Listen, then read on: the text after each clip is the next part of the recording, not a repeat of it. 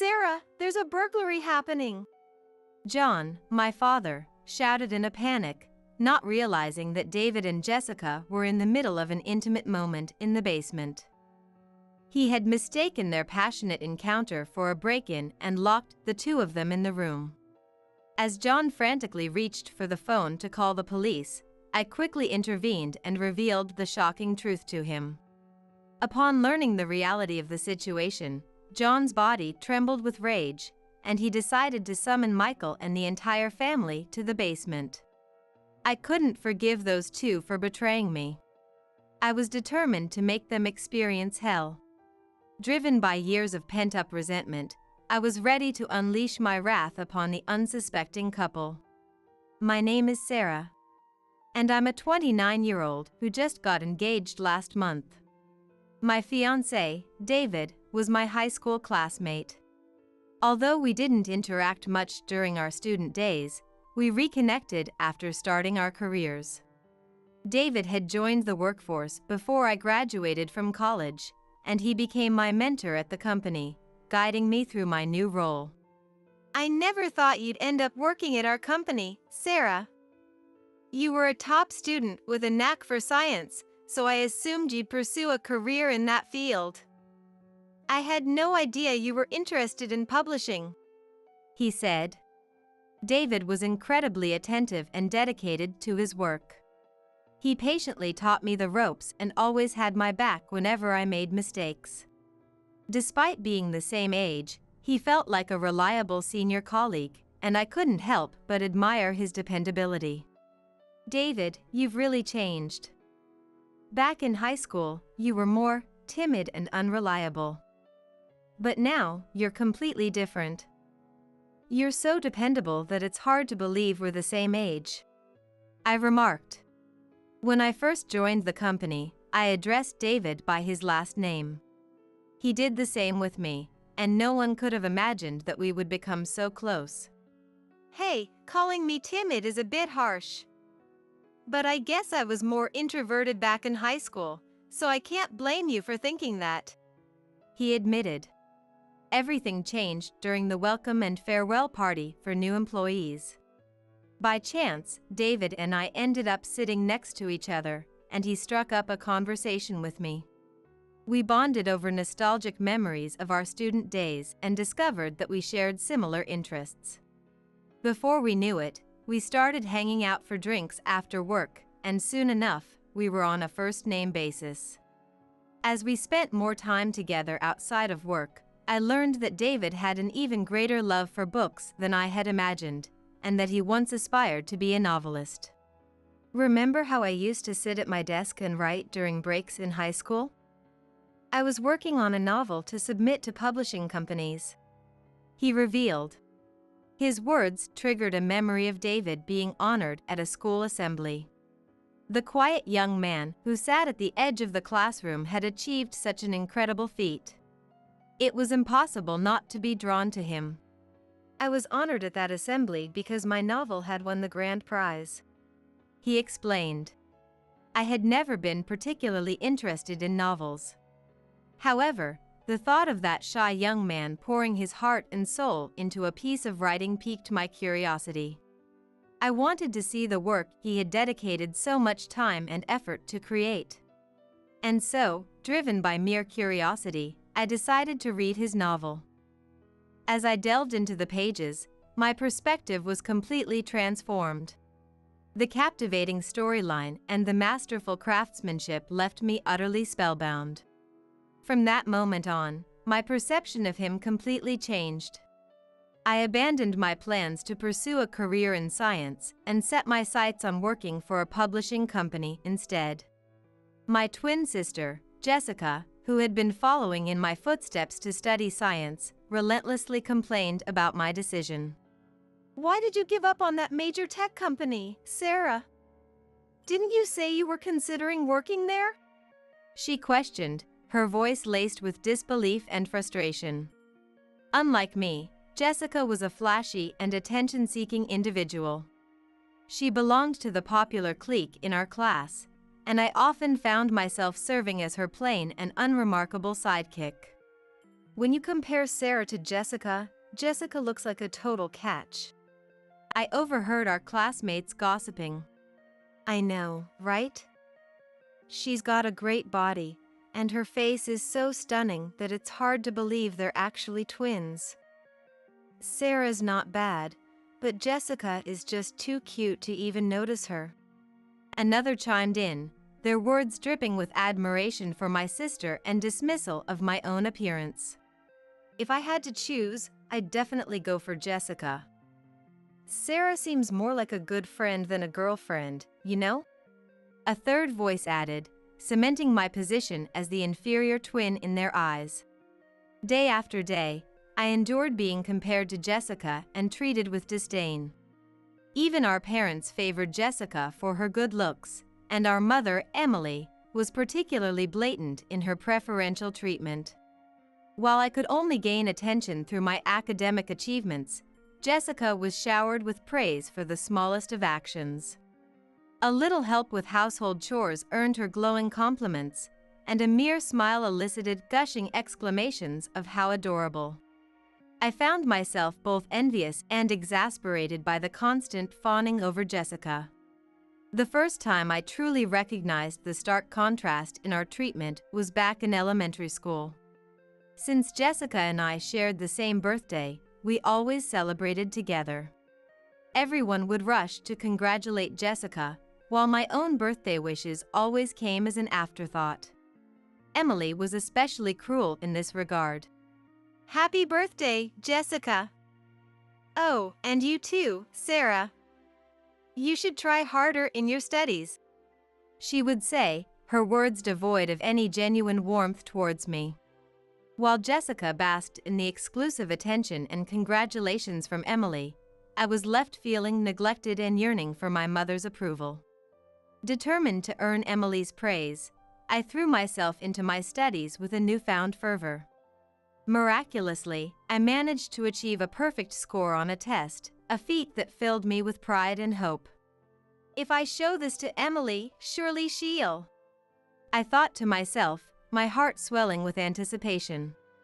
That day marked our 10th birthday party, a celebration for both Jessica and me. I figured that if I showed Emily my test results before the party began, I might finally receive the congratulations I so desperately craved before Jessica could steal the spotlight once again. With my chest puffed up with excitement, I made my way to the kitchen, only to be greeted by a shocking scene that stopped me dead in my tracks. Hey, Mom! Look at this!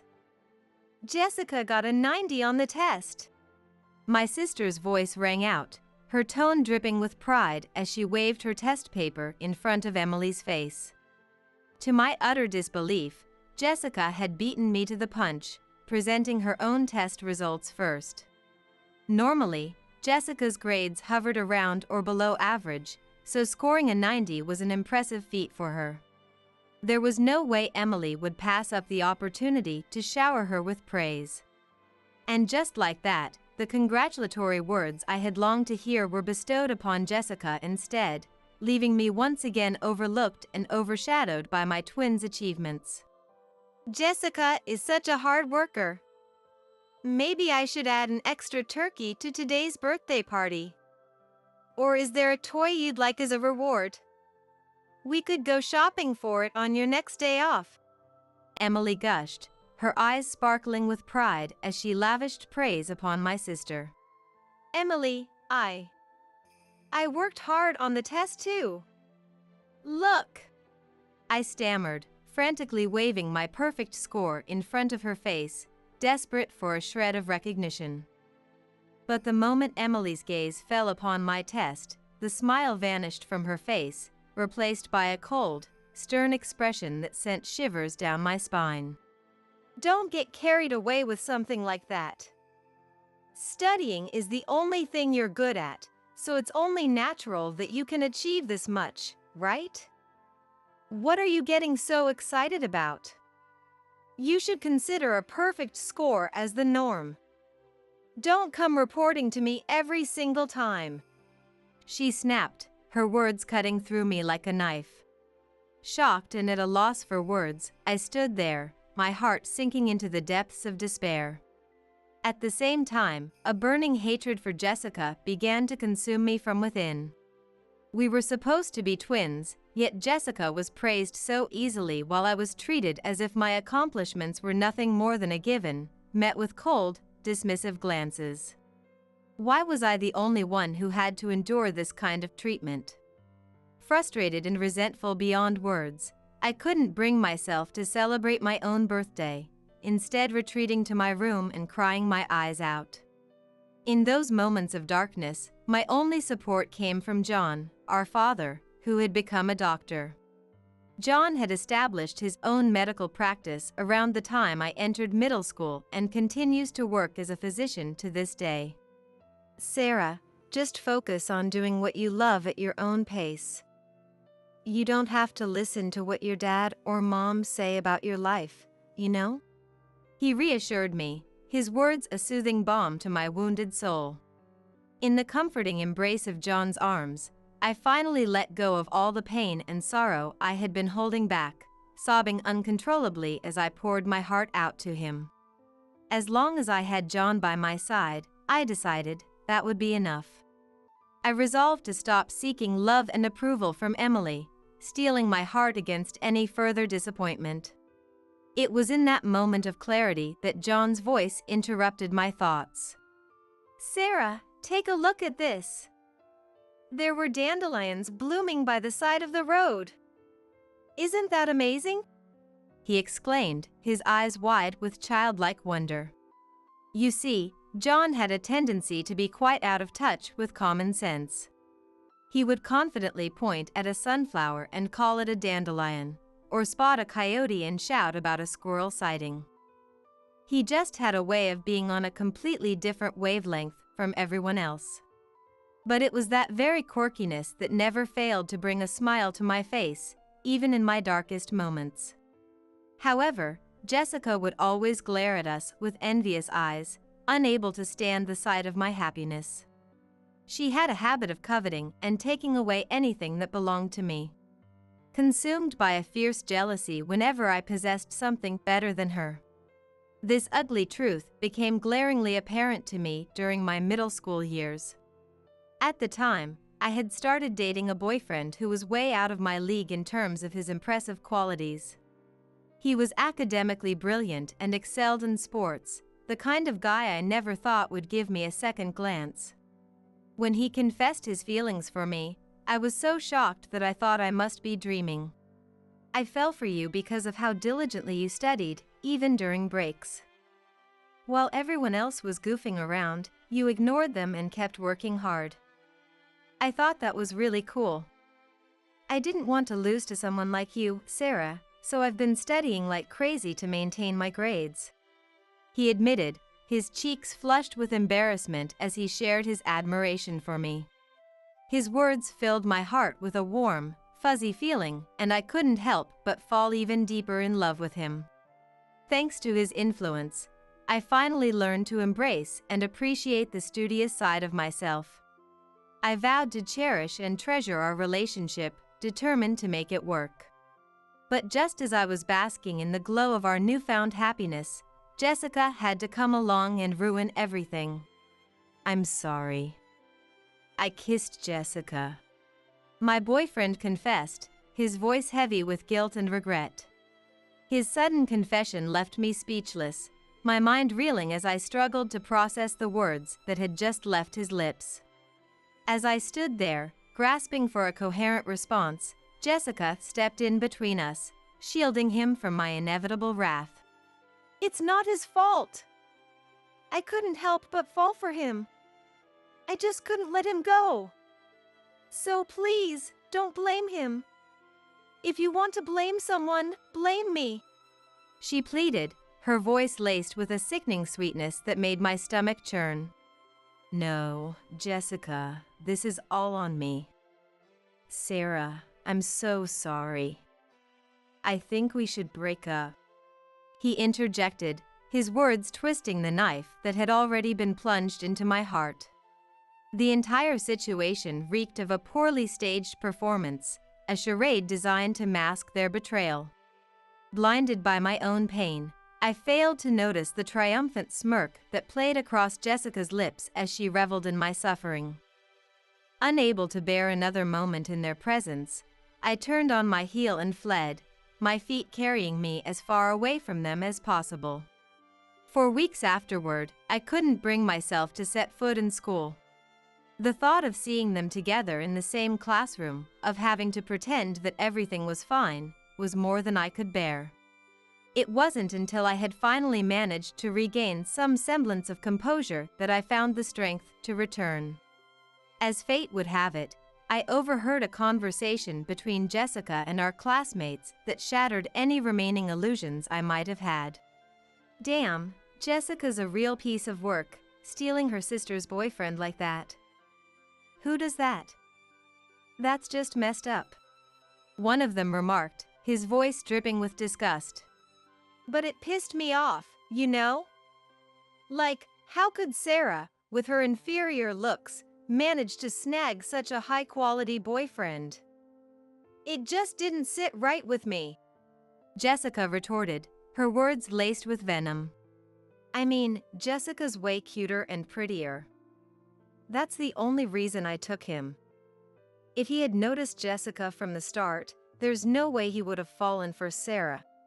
Another classmate chimed in, her tone laced with a cruel amusement. "Dude, she's scary. I don't ever want to get on her bad side." A third voice added, a nervous chuckle punctuating his words. As I watched Jessica laughing crudely with the boys, a sense of utter despair washed over me. It was clear that she had never truly cared for him at all. Her actions had been driven by nothing more than pure jealousy, a spiteful desire to rob me of the happiness I had found. I tried to tell my ex-boyfriend the truth, to make him see the kind of person Jessica really was. But he refused to listen, instead choosing to confront Jessica with my accusations. From that moment on, until the day I graduated middle school, I found myself the target of Jessica's relentless bullying and harassment.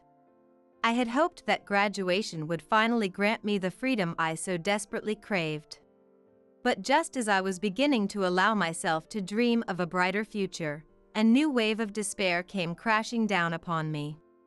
Jessica, it seemed, had decided to enroll in the same high school as me. Despite her initial plans to attend a different school, she had somehow caught wind of my choice and, like a malevolent shadow, had followed me there. My ex-boyfriend, who had chosen to attend a different high school, had outlived his usefulness and been promptly discarded by Jessica. From that point on, I resigned myself to a life of mediocrity, going through the motions day after day with no real sense of purpose or drive. It wasn't until I witnessed David's unwavering dedication and passion that something began to stir within me once more. Thanks to his influence, I found the courage to pursue my dreams, and to my amazement, I was offered a position at the publishing company I had always aspired to work for. Emily was furious when she learned that I had changed my career path without her consent, but John's intervention saved me from being thrown out of the house altogether. As my savings grew and my relationship with David blossomed, I finally felt ready to break free from Jessica's toxic influence once and for all. With David by my side, I took the leap and started a new chapter in my life, moving out on my own and leaving the past behind me. And so, after 5 years of being together, David and I decided to get engaged. When I introduced him to my parents to seek their blessing, their response was even more enthusiastic than I had anticipated. Emily, in particular, took an immediate liking to David, and the two of them engaged in lively conversation, their laughter filling the house with a warmth that had been absent for far too long. As they chatted away merrily, Jessica sat in the corner, her eyes narrowed in jealousy as she watched the joyful scene unfold before her. From that day forward, David became a frequent visitor to our home. My parents grew to love him like a true son, and he was even invited to join our extended family gatherings for Christmas. Why don't we invite David's parents and relatives too? My dad and mom love having a big, lively crowd around, so I'm sure they'd be thrilled. John suggested, his eyes twinkling with excitement. My paternal grandmother, who had been running a restaurant, had recently announced that she would be closing down the business that winter. As a final hurrah, the entire family had planned to come together for one last celebration, a Christmas party that would double as a tribute to my grandparents and all they had accomplished. Initially, David's parents had been hesitant to join, not wanting to impose, but with a little encouragement from my grandparents, they eventually agreed to come along. With David's relatives also in attendance, that year's Christmas party was a grand affair, filled with more people than ever before. Do you think we have enough drinks? If we run out, I can always make a quick run to the store. Just make sure to tell David and the others not to hold back, okay? Emily fretted, her brow furrowed with concern. It's all right, Emily. I heard some of David's relatives are bringing plenty of their own drinks, so there's no need to worry. I reassured her, placing a comforting hand on her shoulder. Having only ever had serious conversations with Emily about my studies, I found myself feeling nervous at the prospect of engaging in casual chatter with her. But as my relationship with David deepened, Emily began to take a more active interest in my life, and we found ourselves talking more and more. It was through these conversations that I discovered just how much of a worrier Emily truly was. Despite having meticulously planned every detail in advance, she would still find herself fretting and fussing on the day of the event, her nerves getting the better of her. Seeing this unexpected side of her helped to ease some of the tension I had always felt in her presence. On the day of the party, Emily was her usual restless self, bustling about as she made last-minute preparations. As I worked alongside her, she suddenly paused and smiled wistfully. Come to think of it, you were always right there by my side, worrying about me. She mused, her voice tinged with nostalgia. What? I asked, caught off guard by her sudden declaration. As I stood there, stunned by her words, Emily's expression shifted to one of bittersweet sadness as she began to recount tales from our past. Even though I scolded you every day, you never let it get you down. You'd always come to me and ask, Mom, is there anything I can help with, while Jessica was off playing somewhere? She reminisced, her eyes distant as she lost herself in the memories. You spent more time by my side than you did playing. I realized then that I was making you worry about me. I knew I was being cold to you, Sarah. I knew I was doing a terrible thing. She confessed, her voice heavy with regret. As Emily spoke, abruptly pouring her heart out to me while preparing the steaks, I listened in silence, absorbing every word. At first, I was strict with Jessica. She was the older sister, but she was always taking things from you, wasn't she? Your birthday presents, your snacks, anything she could get her hands on. I couldn't let her keep doing that to you.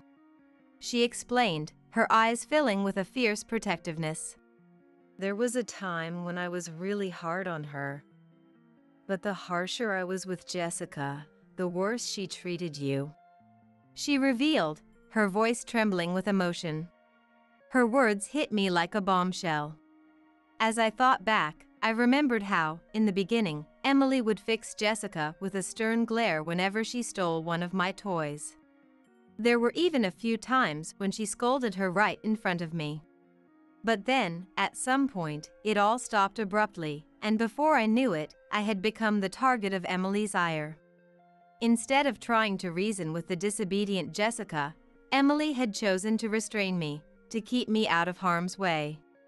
She had taken advantage of my docile nature, she admitted, her voice heavy with pain and regret. I'm sorry, Sarah.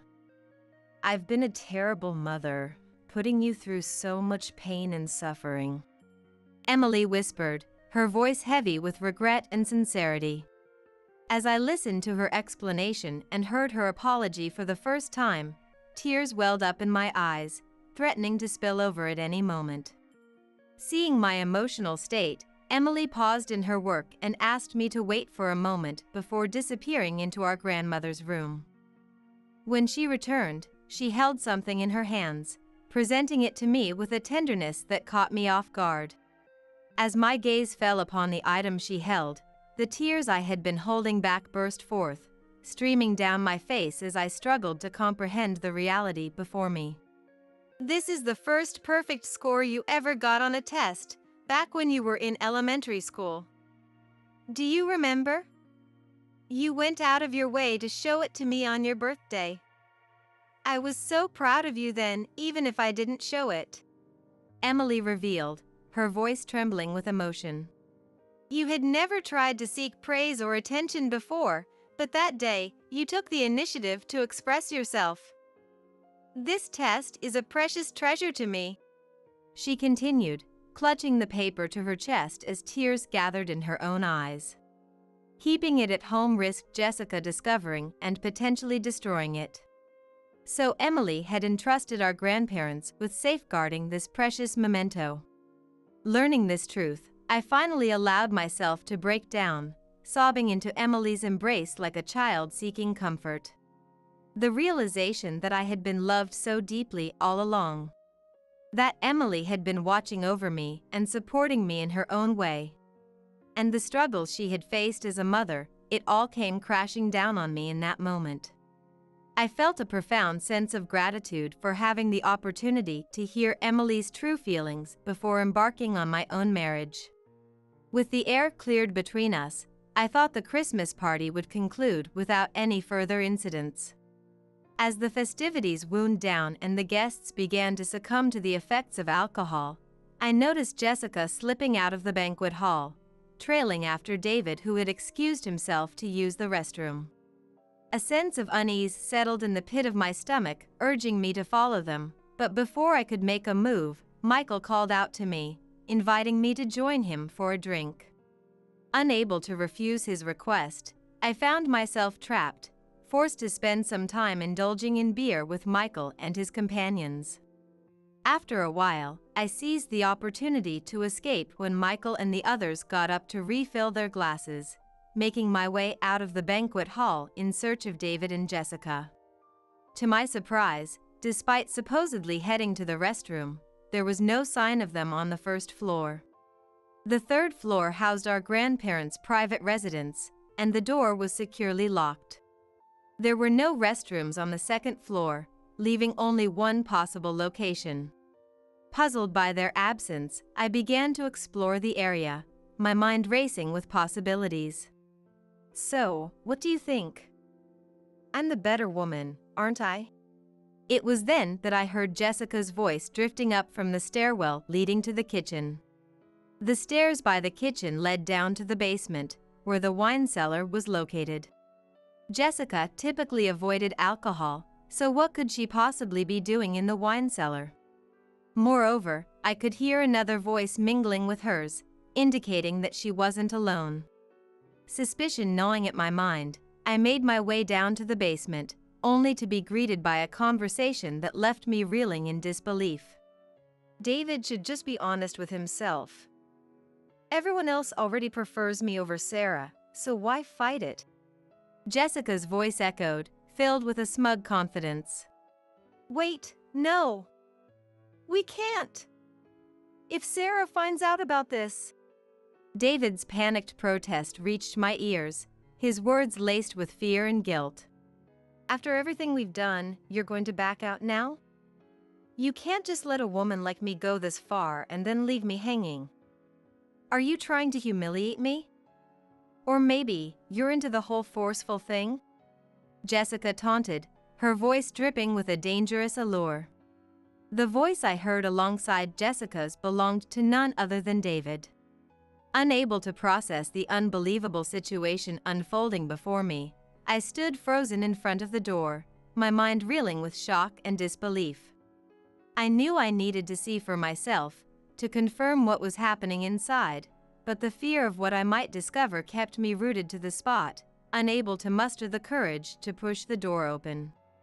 Gradually, the sound of Jessica's nasally voice and David's heavy breathing grew louder, and a wave of despair washed over me, plunging my world into darkness. The David I had trusted so completely, the man I had placed all my faith in, was no different from my ex-boyfriend in the end. He had succumbed to Jessica's scheming, just as she had planned all along. Faced with this harsh reality, any love I had felt for him evaporated in an instant. In the end, David is just like the rest of them, I muttered to myself, a hollow smile playing across my lips as I sank to the ground, my legs no longer able to support my weight. I had truly believed that David loved me unconditionally, that his devotion to me was unshakable, but here he was, so easily ensnared by Jessica's charms. It was pathetic, really, and I couldn't help but laugh at the absurdity of it all. It seemed that no matter who they were, the moment Jessica entered the picture, men were helpless to resist her allure. No one truly cared about me, no one valued me for who I was. With that realization, a single tear slipped down my cheek, a stark contrast to the empty smile that still lingered on my face. Steeling my resolve, I slowly pushed the door open, confirming with my own eyes the scene I had already imagined in my mind. The two of them were so lost in their passionate embrace that they failed to notice my presence, their bodies tangled together in a sickening display of betrayal. Fighting back the bile that rose in my throat, I reached for my phone with trembling hands. Aiming the camera in their direction, I captured the damning evidence of their affair, recording every moment of their betrayal before fleeing the scene and locking myself in the nearest restroom. As I struggled to keep my composure, I silently congratulated myself for having the foresight to gather proof, my mind already racing with thoughts of what to do next.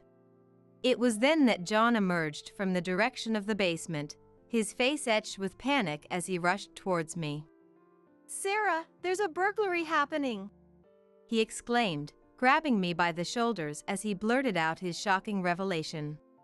Utterly baffled by his sudden outburst, I tried to calm him down and make sense of the situation, prompting him to explain further. "Emily said she wanted some wine, so she asked me to fetch a bottle from the wine cellar. I remembered we had some vintage wines stored down there. But when I went to the basement just now, I heard some strange noises." He rambled, his words tumbling out in a frantic rush. "Our restaurant is closed, so I thought it must be a burglar who snuck in to steal our wine, thinking no one would be around.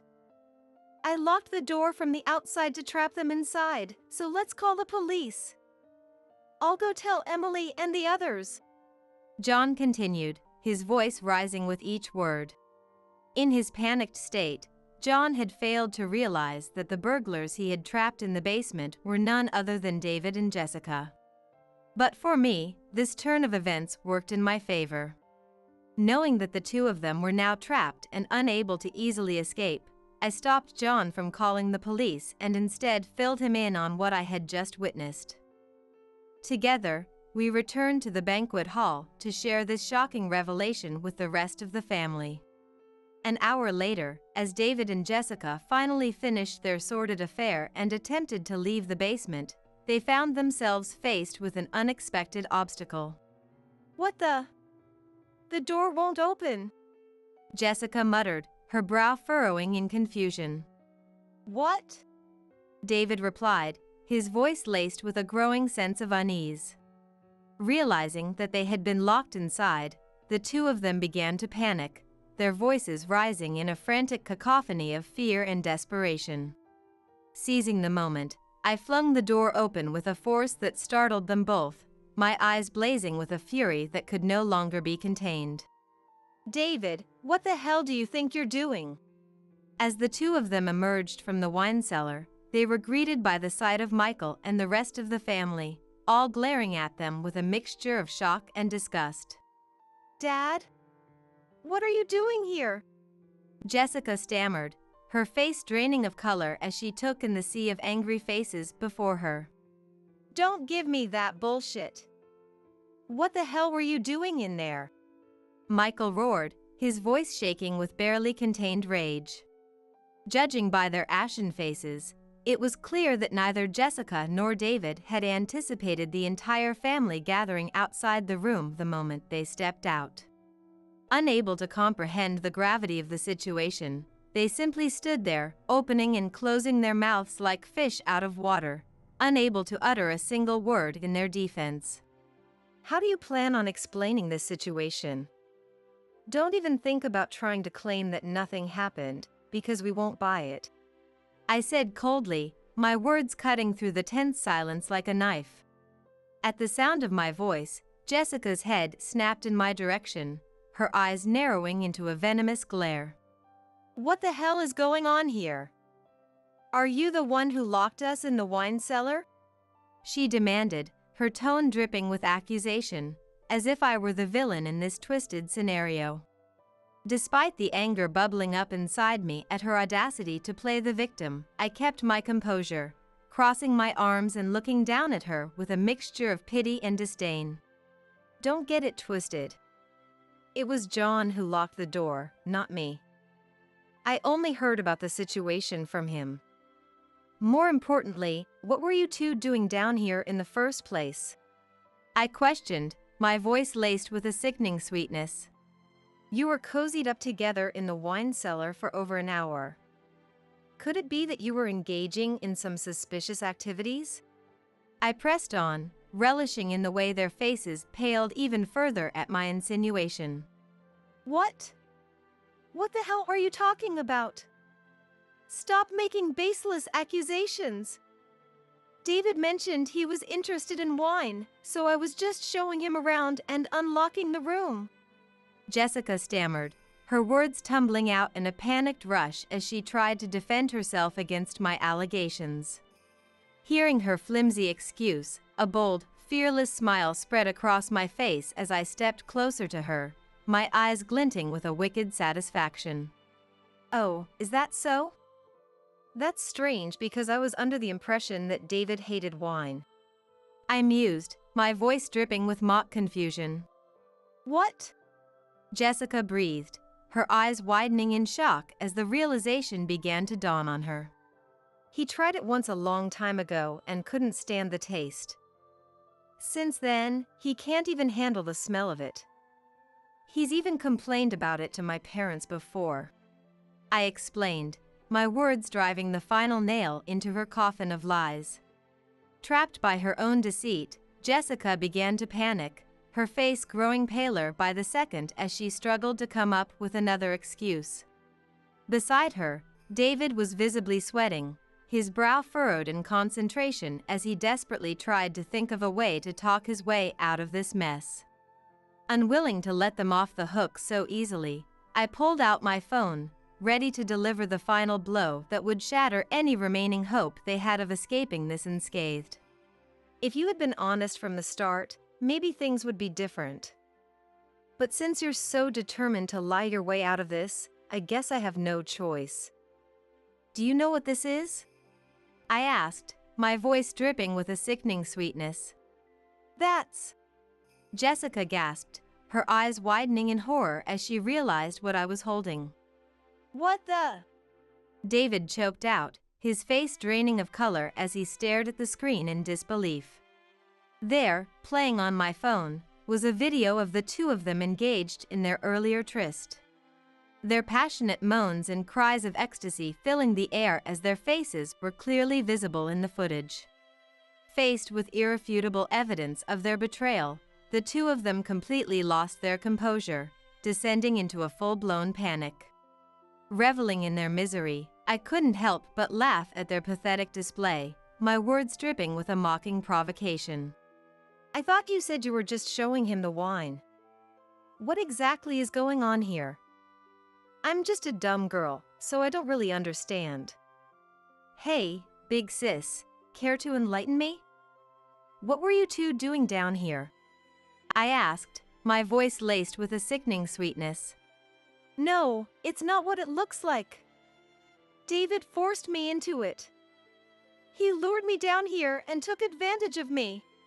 Jessica blurted out, quickly turning on David and painting him as the sole perpetrator now that she realized there was no way to deny what had happened.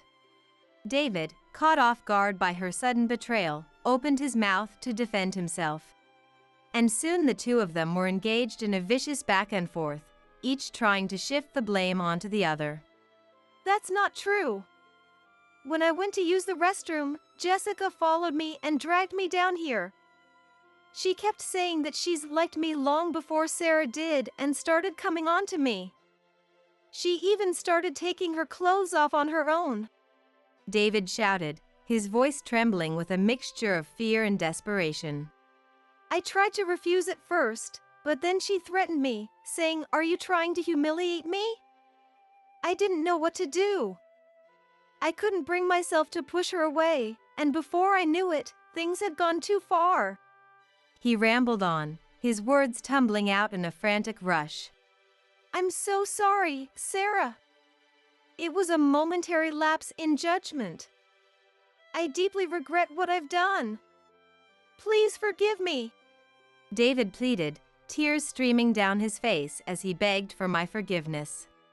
Seeing him reduced to such a pitiful state, my expression twisted in pain, and the words I had been holding back finally spilled from my lips. I trusted you. I whispered, my voice barely audible over the sound of my own heart shattering into a million pieces.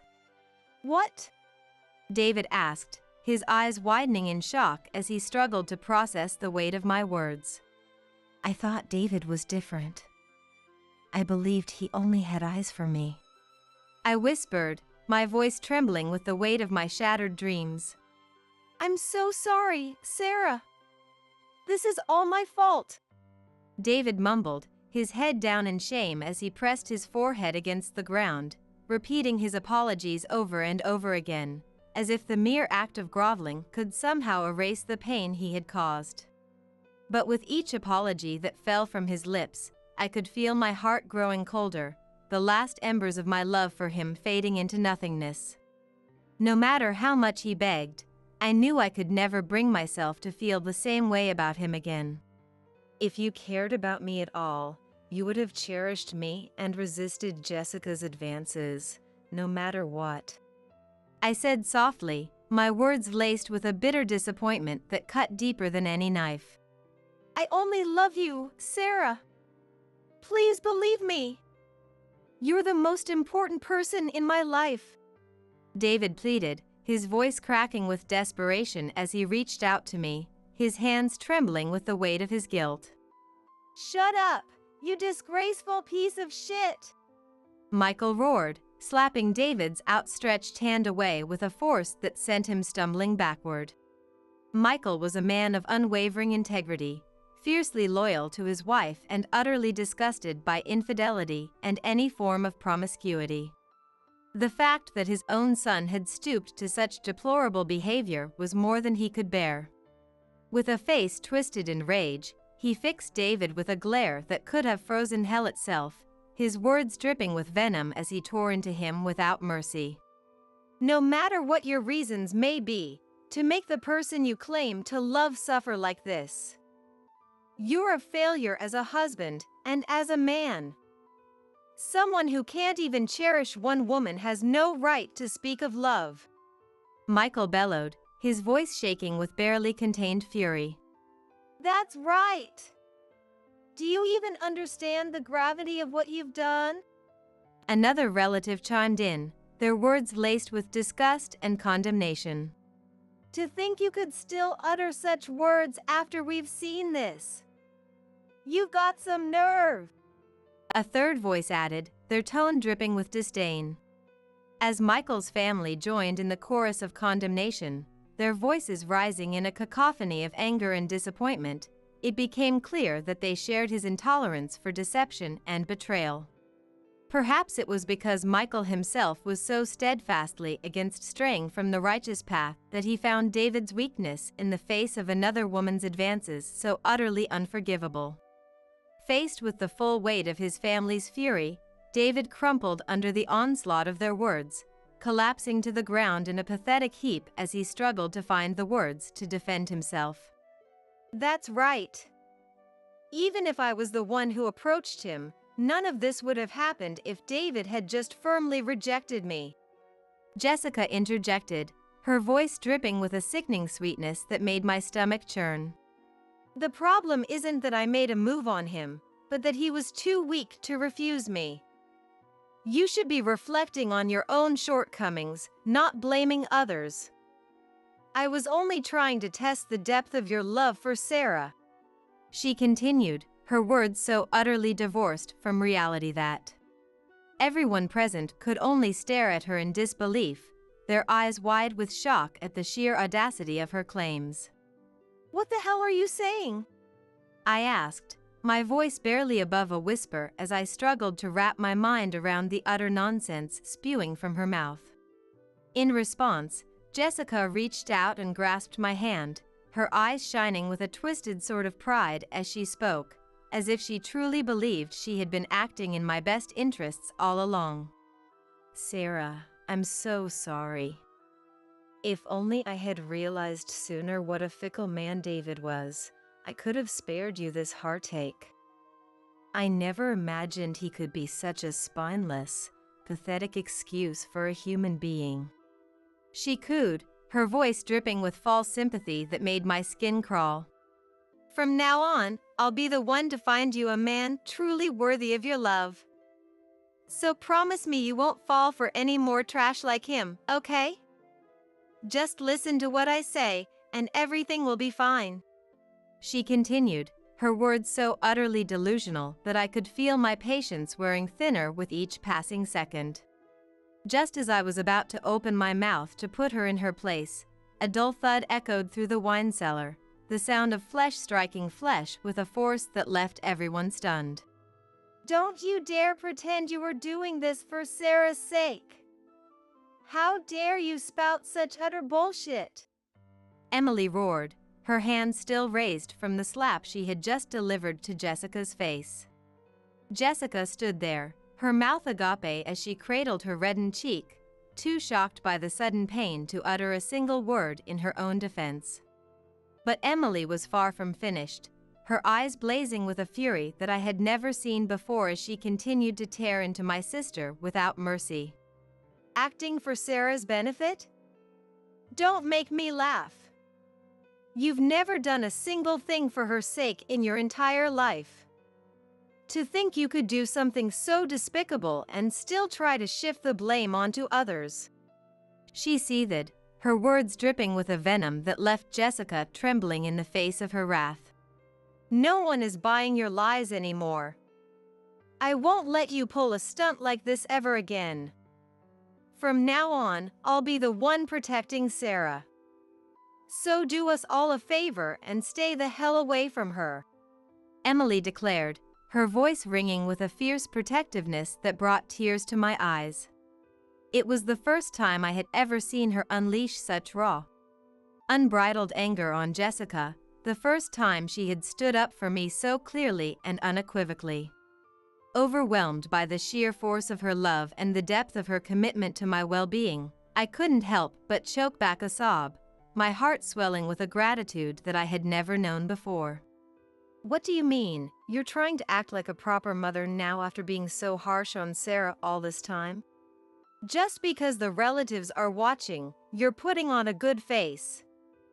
I'm the way I am because you pampered me, and I can't measure my worth any other way because you kept comparing me to Sarah. Stop acting like you're not at fault. Emily, shocked by these words, looked taken aback, and John stepped in front of Jessica to protect Emily. You're right, we might have raised you the wrong way. But did Emily ever say it was okay for you to do this? Do you think Sarah would be happy seeing you act like this? Every time you get scolded, you use someone as a shield to escape getting hurt. You're just a coward, always running away, blaming others. Everything you're facing now is because of what you've sown. It was the first time John yelled at her, and Jessica, trembling in fear. I had never heard such a low, intimidating voice from John, who usually seemed out of touch with common sense. Even I was taken aback, and my tears stopped. You've crossed a line that shouldn't be crossed as a human. You will be punished accordingly. Punished? Seeing John's serious expression, Jessica trembled, wondering what he would say. From now on, we won't take care of you. You are banned from contacting any relatives. There is no one in this house to help you anymore. Live on your own. Never show your face again. What? Jessica was speechless at this unexpected statement. The relatives nodded in agreement with John's words. I've already talked to everyone. You have no allies left. Pack your things and leave this house immediately. No, wait! I have nowhere to go! I don't care. If you're saying it's our fault for pampering you, then we'll treat you harshly from now on. So leave. Never come back to this house. Wait. Please. Sarah, I'm sorry. I won't do this again. I'm reflecting on my actions. So please, convince Dad and Mom. Don't abandon me. We're the only twin sisters. I don't want such a sad farewell. Please, forgive me? Realizing the gravity of the situation, Jessica cried and apologized, desperately clinging to my sleeve. But my feelings didn't waver, and I shook off her hand. It's too late to cry now. It's disgusting. I've never thought of you as my sister, not even for a moment. What? Neither you nor David should ever appear before me again. If you do, I'll make you see hell. And I'll definitely demand compensation in court from both of you. Don't think you can get away with this by crying. Wait. Please, Sarah. Listen to me. Hearing about the court compensation, Jessica turned pale and desperately reached out to stop me. But my parents blocked her path, and Michael and the relatives glared at her, all of them giving her cold stares. Seeing this, she seemed to give up, and with a powerless drop of her head, I left the scene. Thus, I ended my engagement with David and cut off my sisterly ties with Jessica. After that, I sued Jessica for compensation. As John declared, Jessica was disowned. She was also criticized by all the relatives, which must have taken a toll on her mentally. She didn't talk back. However, when it came time to actually kick her out, she seemed to realize the seriousness and kept begging for forgiveness in front of the house. But no one listened to Jessica's pleas, and the neighbors, disturbed by the noise, called the police. When Jessica heard the police sirens, she got scared and fled the house, seeking refuge at a friend's place. Learning about this, I decided to spread the incident among our classmates and acquaintances to further corner her. I gave her a taste of her own medicine. Consequently, those who knew the details stopped sheltering Jessica, labeled her as a person lacking compassion, and severed ties with her. Jessica is now reportedly living a poor life in the mountains of Dallas. David, too, faced cold stares from high school classmates and lost his friendships. Everyone treated him with caution, keeping their distance to avoid any trouble. Moreover, news of the broken engagement spread among his colleagues, making it awkward for him to continue working, so he quit his job in haste.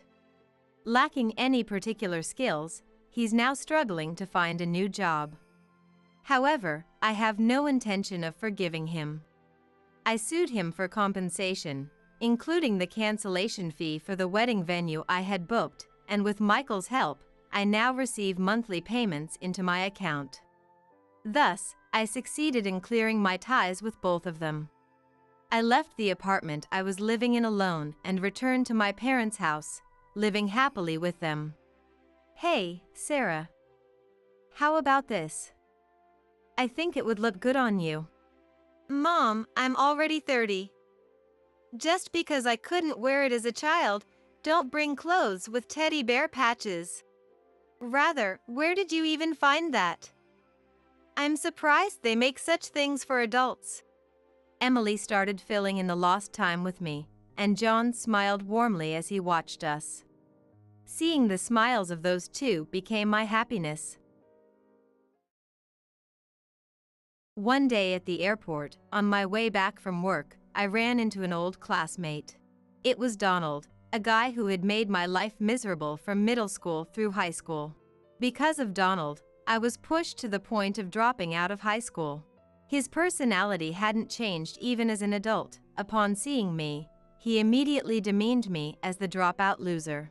I almost lost it at that moment, but I managed to control my anger and walked away. Later, Donald and I would run into each other again at the airport. "Hey, dropout, this is what an airplane looks like," he said with a malicious smile. When it was revealed that I was the captain, his reaction made me surprised. "My name is Brian, a 38-year-old bachelor." Saying I'm a pilot might make it sound like I followed a path of elite success, but in reality, I dropped out of high school once. I had been subjected to insidious bullying from middle to high school. The start of it all was a fallout with a classmate, Donald. Donald was outgoing, friendly, and popular with everyone.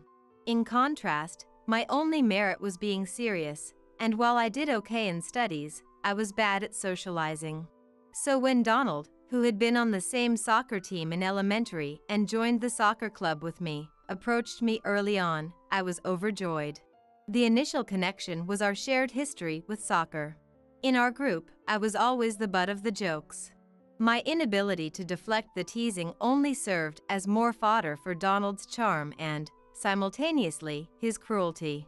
Initially, I preferred being teased over being alone, accepting my place in the group. I even found joy in making others laugh with my reactions. However, the dynamics slowly began to distort. The way laughter was garnered in the group gradually escalated. At first, I rationalized it as part of friendship dynamics.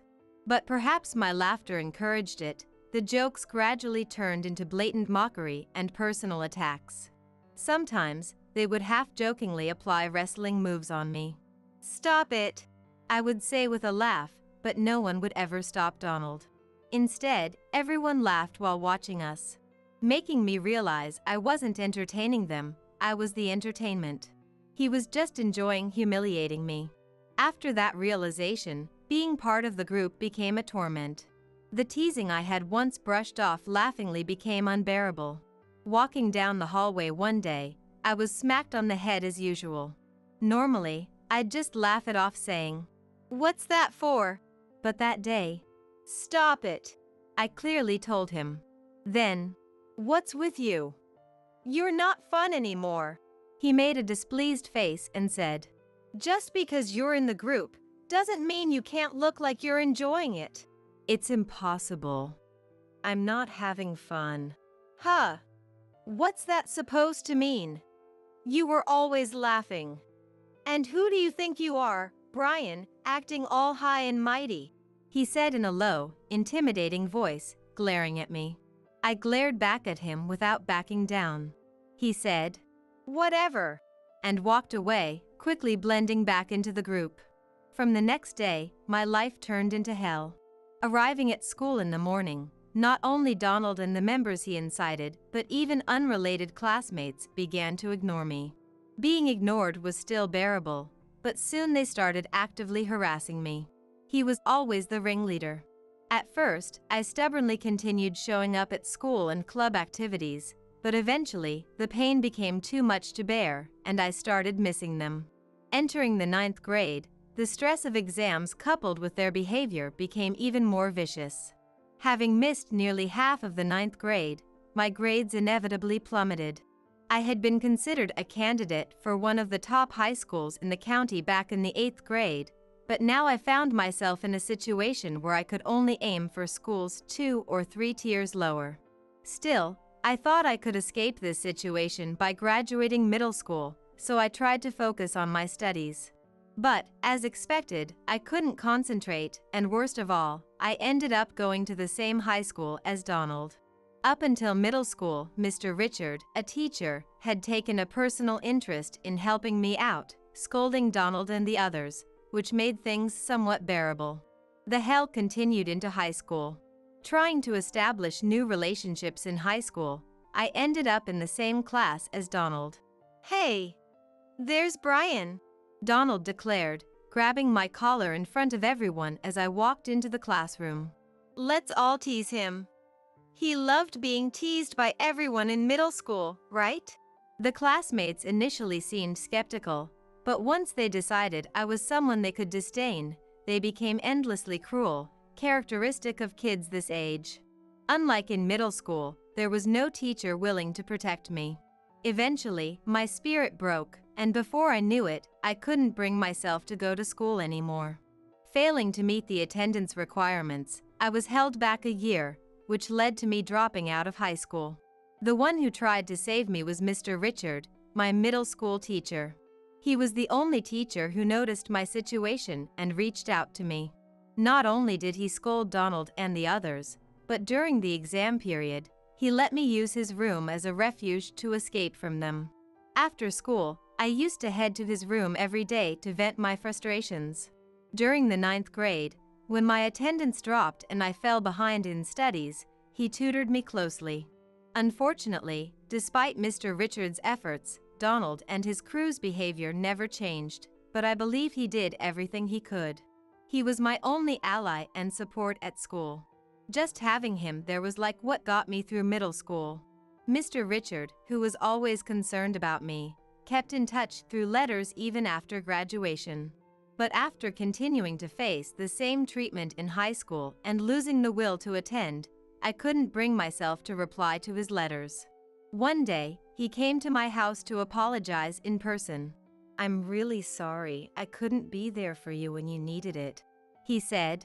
When Mr. Richard found out I had stopped going to high school, he brought over loads of information about correspondence high schools and night schools. Why not start over in a new environment? It's useless. I'm useless. My self-esteem was damaged to the limit by being ridiculed repeatedly by Donald and the others. Mr. Richard encouraged me, saying, "Brian, you'll be fine. You'll get what you deserve if the environment changes." Driven by his passion, I began studying for the GED program through distance learning. I never really hated studying, and with the active support from my parents and Mr. Richard, my studies progressed unbelievably well. Frustrated with myself for breaking under harassment, I refused to let those guys ruin my life and immersed myself in my studies. At that time, my parents, noticing my hard work but also cautioning against overdoing it, took me on a trip for a break. That was when I first boarded an airplane. What surprised me first was the imposing presence of the aircraft before boarding. I remembered how I used to love looking at vehicles in encyclopedias as a kid, especially aircraft. Then, flying in the sky, I was completely captivated by the world above. The gradually receding view of the city, the thrill of breaking through clouds, and the clear skies beyond. The beauty seen from the airplane's window made me feel freed from everything. It was a refreshing view that seemed to erase all the entanglements and regrets over my past failures. I want to fly freely in the sky. I want to be a pilot. This vague idea became a solid determination by the time we returned from the trip. It was the first time I had a dream, and I felt my heart leap for the first time in a while. Becoming a pilot is not an easy path. It would be a burden on my parents. But I didn't want to give up on something again. While I was struggling with these thoughts, Mr. Richard visited me again. "Look at you, Brian, you seem a lot happier." He noticed my change immediately. "How's your study going?" "It's going really well lately. I've found a goal." He looked at me encouragingly. I feared being laughed at, or being told it was impossible for me. For a moment, such thoughts crossed my mind, but then I reminded myself that Mr. Richard would never do that. And then, I gathered my courage and spoke up. "I've thought about becoming a pilot." Mr. Richard's eyes widened, tears welling up in them. Seeing his face light up with joy almost made me cry too. "That's great. I'll support you. Finding a goal is a wonderful thing. Go for it, he said with a trembling voice, taking my hand. His words solidified my resolve. After that, I talked to my parents about wanting to become a pilot. My mother, Karen, looked a bit worried, but my father, Thomas, said, That's great. I thought you've been looking more determined lately, so this was the reason. I'll support you with all I have. Then, yes, we will. My mother nodded. Afterward, I studied hard, passed the GED program and the aviation school exams. I worked diligently on my studies and training in aviation school and finally obtained my pilot's license. But I wasn't satisfied just yet. Aiming to be a better pilot, I won a recommendation for graduate school, where I studied cutting-edge aviation. The thesis I wrote there received higher praise than I had expected, paving the way for my doctoral studies. After earning my doctorate, I finally felt a sense of accomplishment. Though I considered staying abroad for work, I decided to return home for my parents waiting in my hometown. Back home, I got a job as a pilot with an airline company. One day, while walking to the airport exit in my casual clothes, a man in dirty overalls called out to me. I recognized his face immediately and was struck speechless. It was Donald, unforgettable, who had made my middle and high school years hell. Look who it is, long time no see. The dropout loser who quit high school. What are you doing here? Guess you're a janitor or something. Got anything to say, dropout Brian? I was traumatized, forgetting where I was as my mind went blank. His tone, attitude, and expression. It brought back memories of those hellish school days. Amused by my frozen state, Donald mentioned he was working here as a mechanic. He seemed to think I was a janitor or something, his attitude clearly dismissive. There seemed to be no remorse for nearly crushing a person. You have no idea the pain you caused me. I almost lost my composure but managed to hold back my anger and simply said, Well then, good luck, and quickly left the scene. Even after Donald was out of sight, my heart continued to beat uncomfortably for a while. Later, as the shock of that encounter began to fade, I received a call from a familiar person. It was Mr. Richard. Apparently, hearing about my achievements, Mr. Richard decided it wasn't too late to pursue his dream of graduate studies and had finally been accepted into a prestigious university in England. When I was genuinely happy for him. There's something I'd like to ask you, he said. I'll be flying to England, and I'd love to be on a plane piloted by you. Of course. I readily agreed, and then did everything I could to secure the pilot's seat for Mr. Richard's flight. The day of departure arrived.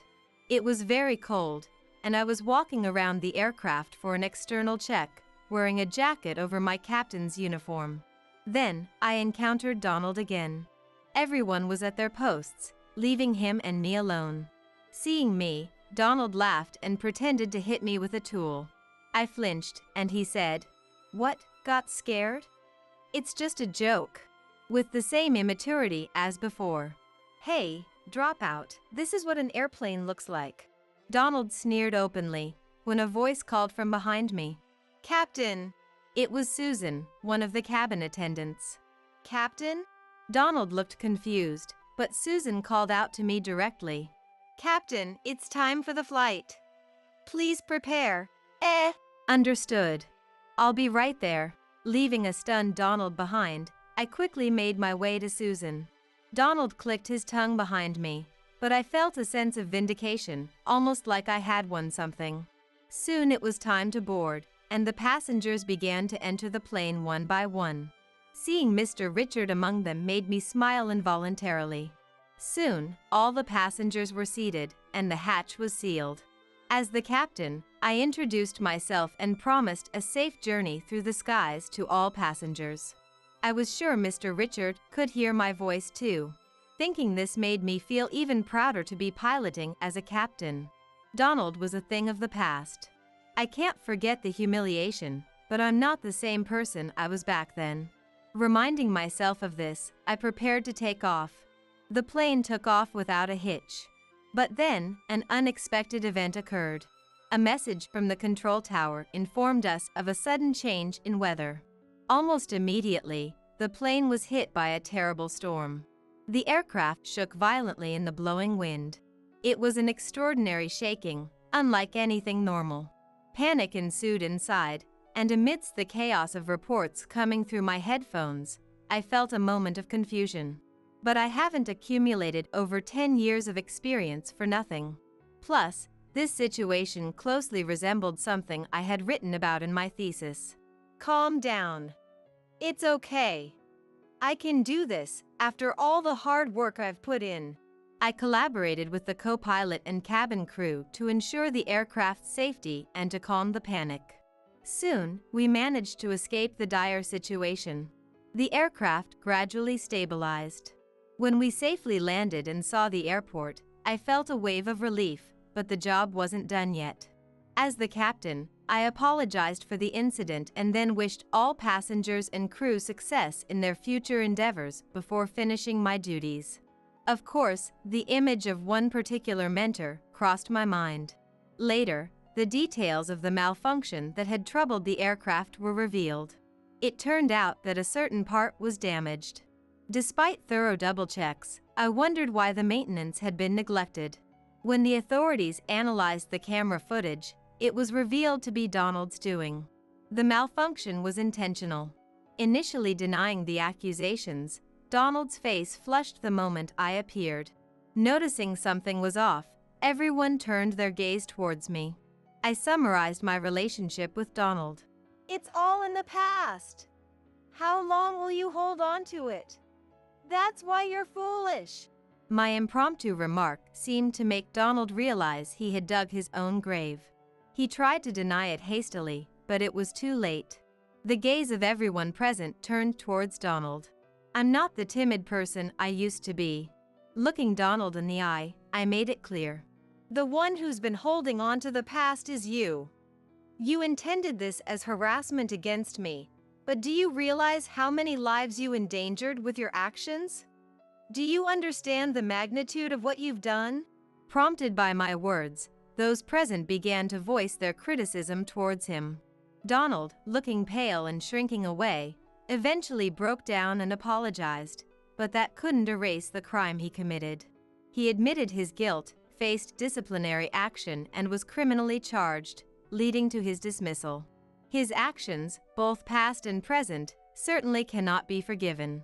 However, I couldn't help but feel pity for Donald, who had driven himself to this point by fixating on and trying to sabotage another person. A few days later, Susan and I went out for a meal together. Susan had invited me, asking, "Would you like to go out for a meal together on our next day off?" Being an excellent cabin attendant, Susan always looked dignified and beautiful, but in her casual clothes, she seemed even more so.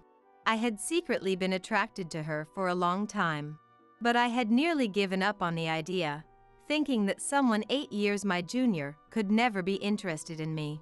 However, our relationship rapidly grew closer following that incident. Could it be the suspension bridge effect? No, maybe it's slightly different. As I was eating, pondering over such thoughts, "Brian, you were really cool the other day," Susan said. I was at a loss for words, and Susan smiled softly. What do you mean? "When there was trouble, you gave calm instructions, right?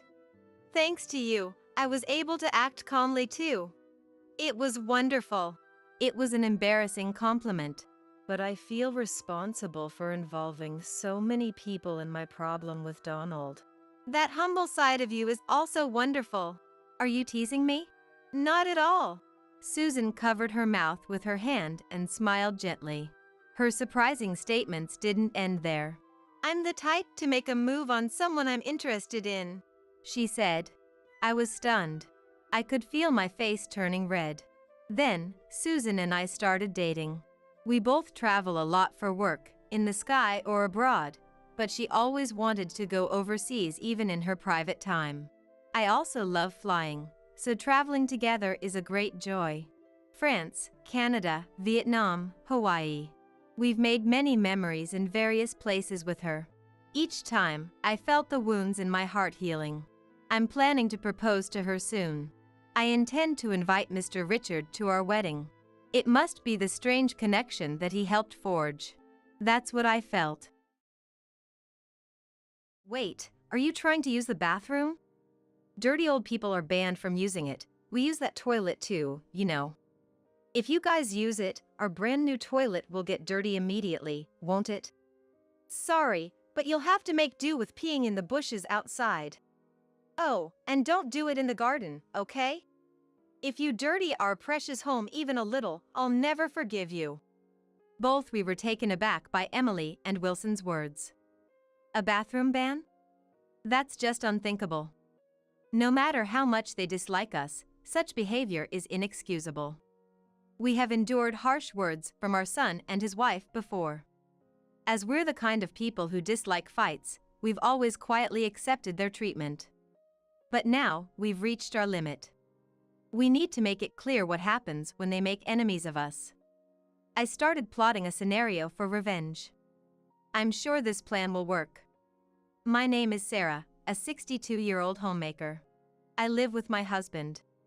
I met Johnson, my husband, at the company where we used to work. After Johnson's persistent pursuit, we started dating and smoothly transitioned into marriage. I was blessed with a son with Johnson. A lively boy. We named him Wilson and raised him with care. Wilson grew up healthily and eventually found a job. He married a woman named Emily and built a family.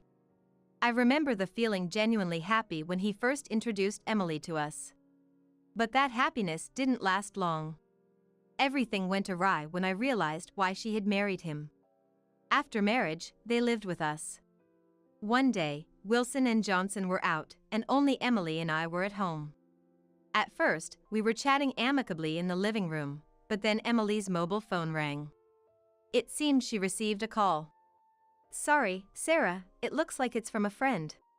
With that, she excused herself and went back to her room. Left alone in the living room, I decided to clean the house to pass the time.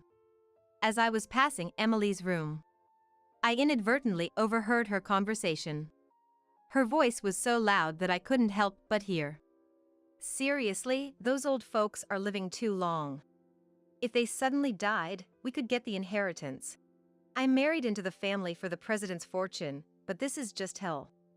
Her words felt like a cold shower to me. Actually, Johnson's father was the president of well-known top-tier company. However, the company was set to be inherited by his brother. Still, being part of the president's family, Johnson had some share of the wealth. It turned out Emily had married Wilson with that very intention in mind. They probably believed that once we passed away, the inheritance would become theirs. In fact, we had always treated Wilson and his wife with this in mind. Such behavior couldn't be tolerated. I shared this with Johnson that night. Initially, he was shocked, saying, "Really?" but he trusted my words. After discussing, we decided not to act immediately but to observe if Emily would reveal her true intentions. Maybe, in the meantime, she might change her attitude and start treating us like a real family. It was a decision made with the faint hope. But things didn't go as expected. To test Wilson and his wife, we observed their behavior. We invited them out, asked for help with chores, and so on. Gradually, they seemed to find us a nuisance, and their attitude changed. "Wilson, you're free now, right? I'm sorry to ask you, but can you give me a hand to do the laundry? My back hurts." One day, seeing Wilson relaxing in the living room, I asked him. Although Emily had been the one to speak harshly that day, Johnson suspected they might be in this together. We suspect that maybe Wilson feels in the same way. So, I started to approach Wilson to understand his feelings. At my request, Wilson looked up from his mobile phone, sighed with annoyance, and said, "Can't you do that yourself, Mom? You're a mother, after all. Shouldn't you be able to handle the household chores by yourself?" He then returned his gaze to his mobile phone. It became clear that he had no intention of helping. His attitude seemed to say, "I have no intention of being a family with you." This thought sent a chill down my spine. Don't say that. family should help each other when in trouble. You have your own family now, Wilson. You need to act responsibly. My voice trembled, reflecting my fear. If my suspicions were true, it meant that even Wilson, whom we had lovingly raised, was betraying us. That was something I couldn't bear. Desperately, I pleaded, "Please help me." But Wilson didn't even look up from his phone or show any sign of getting up from the sofa. His unwillingness to help was evident. Persisting in my request, he let out a heavy sigh and continued. "Look," he continued. "Enough is enough. Yes, you're my mother, but that doesn't give you the right to be selfish. I have a wife, Emily, and I need to work for her. I'm already exhausted every day, and now you're asking me to do chores too? That's cruel. Don't ask us to do such things anymore. We are essentially strangers." Essentially strangers. Those words pierced deeply into my heart. It confirmed my fears. Both Wilson and Emily seem to be after Johnson's inheritance. They seem indifferent to us, thinking as long as they receive the inheritance, that's all that matters. This betrayal from family deeply wounded me. Yet, we couldn't foresee something even worse.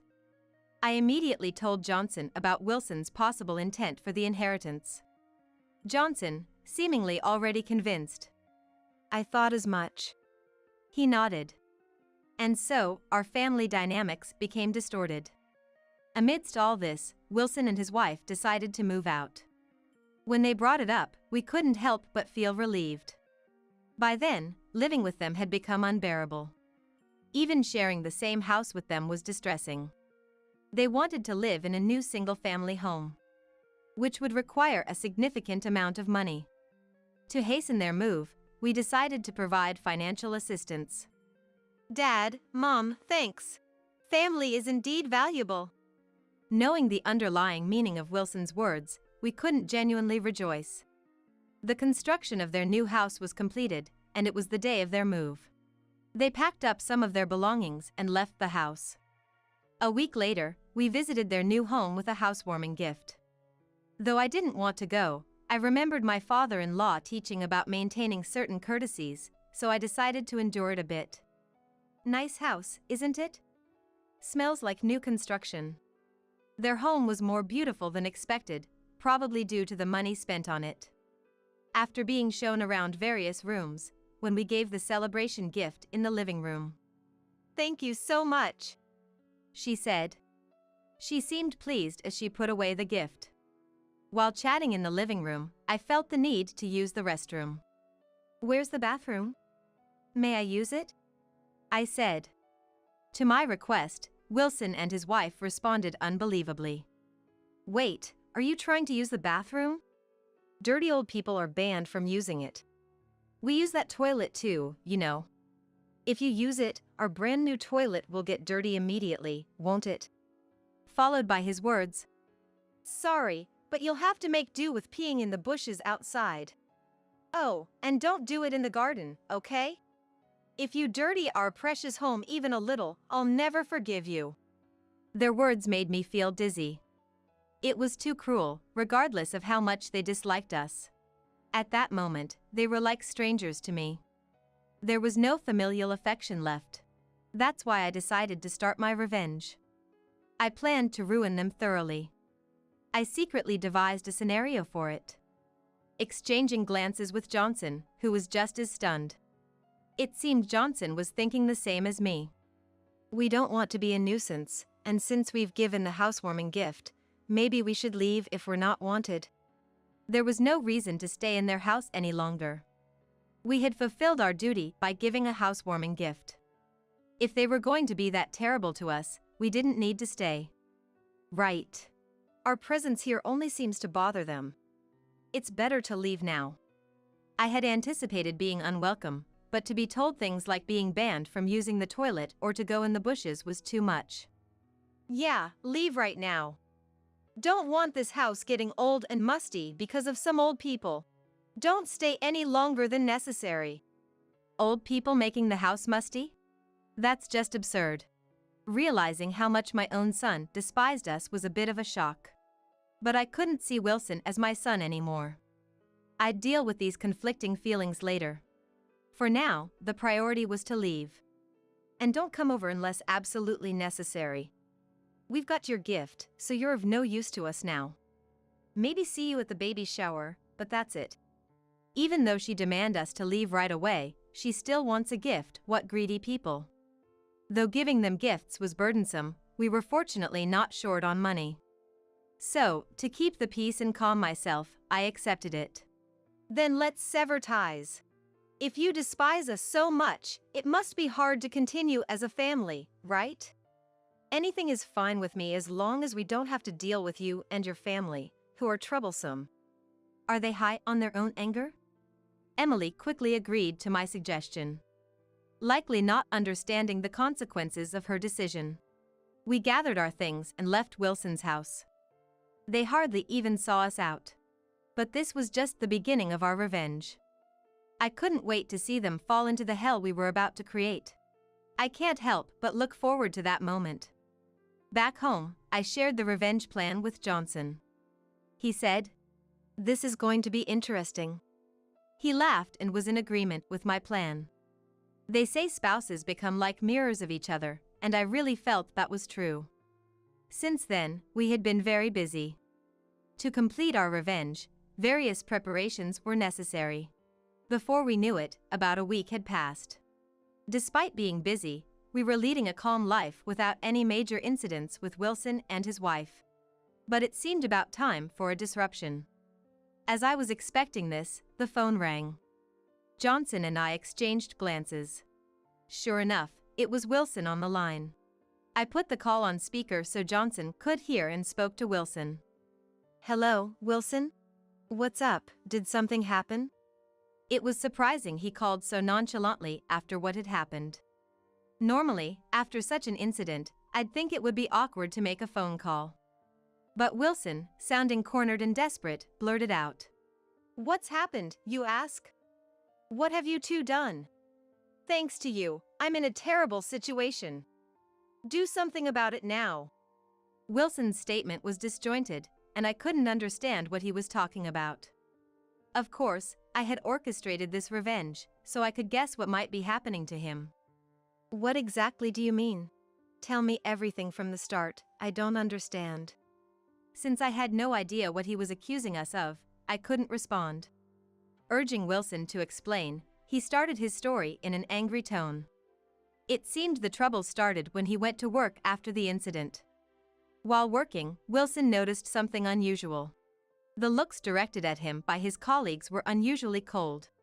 Wilson, who tends to be overly concerned with others' perceptions, found it unbearable to stay at work and left early that day. Hoping it was just his imagination, he went to work again the next day, but the cold stares remained unchanged. He confronted a colleague about it, but all he got in response was, "Ask yourself." Just that, and they wouldn't tell me anything more. Furthermore, it wasn't just his department colleagues who were giving him cold stares.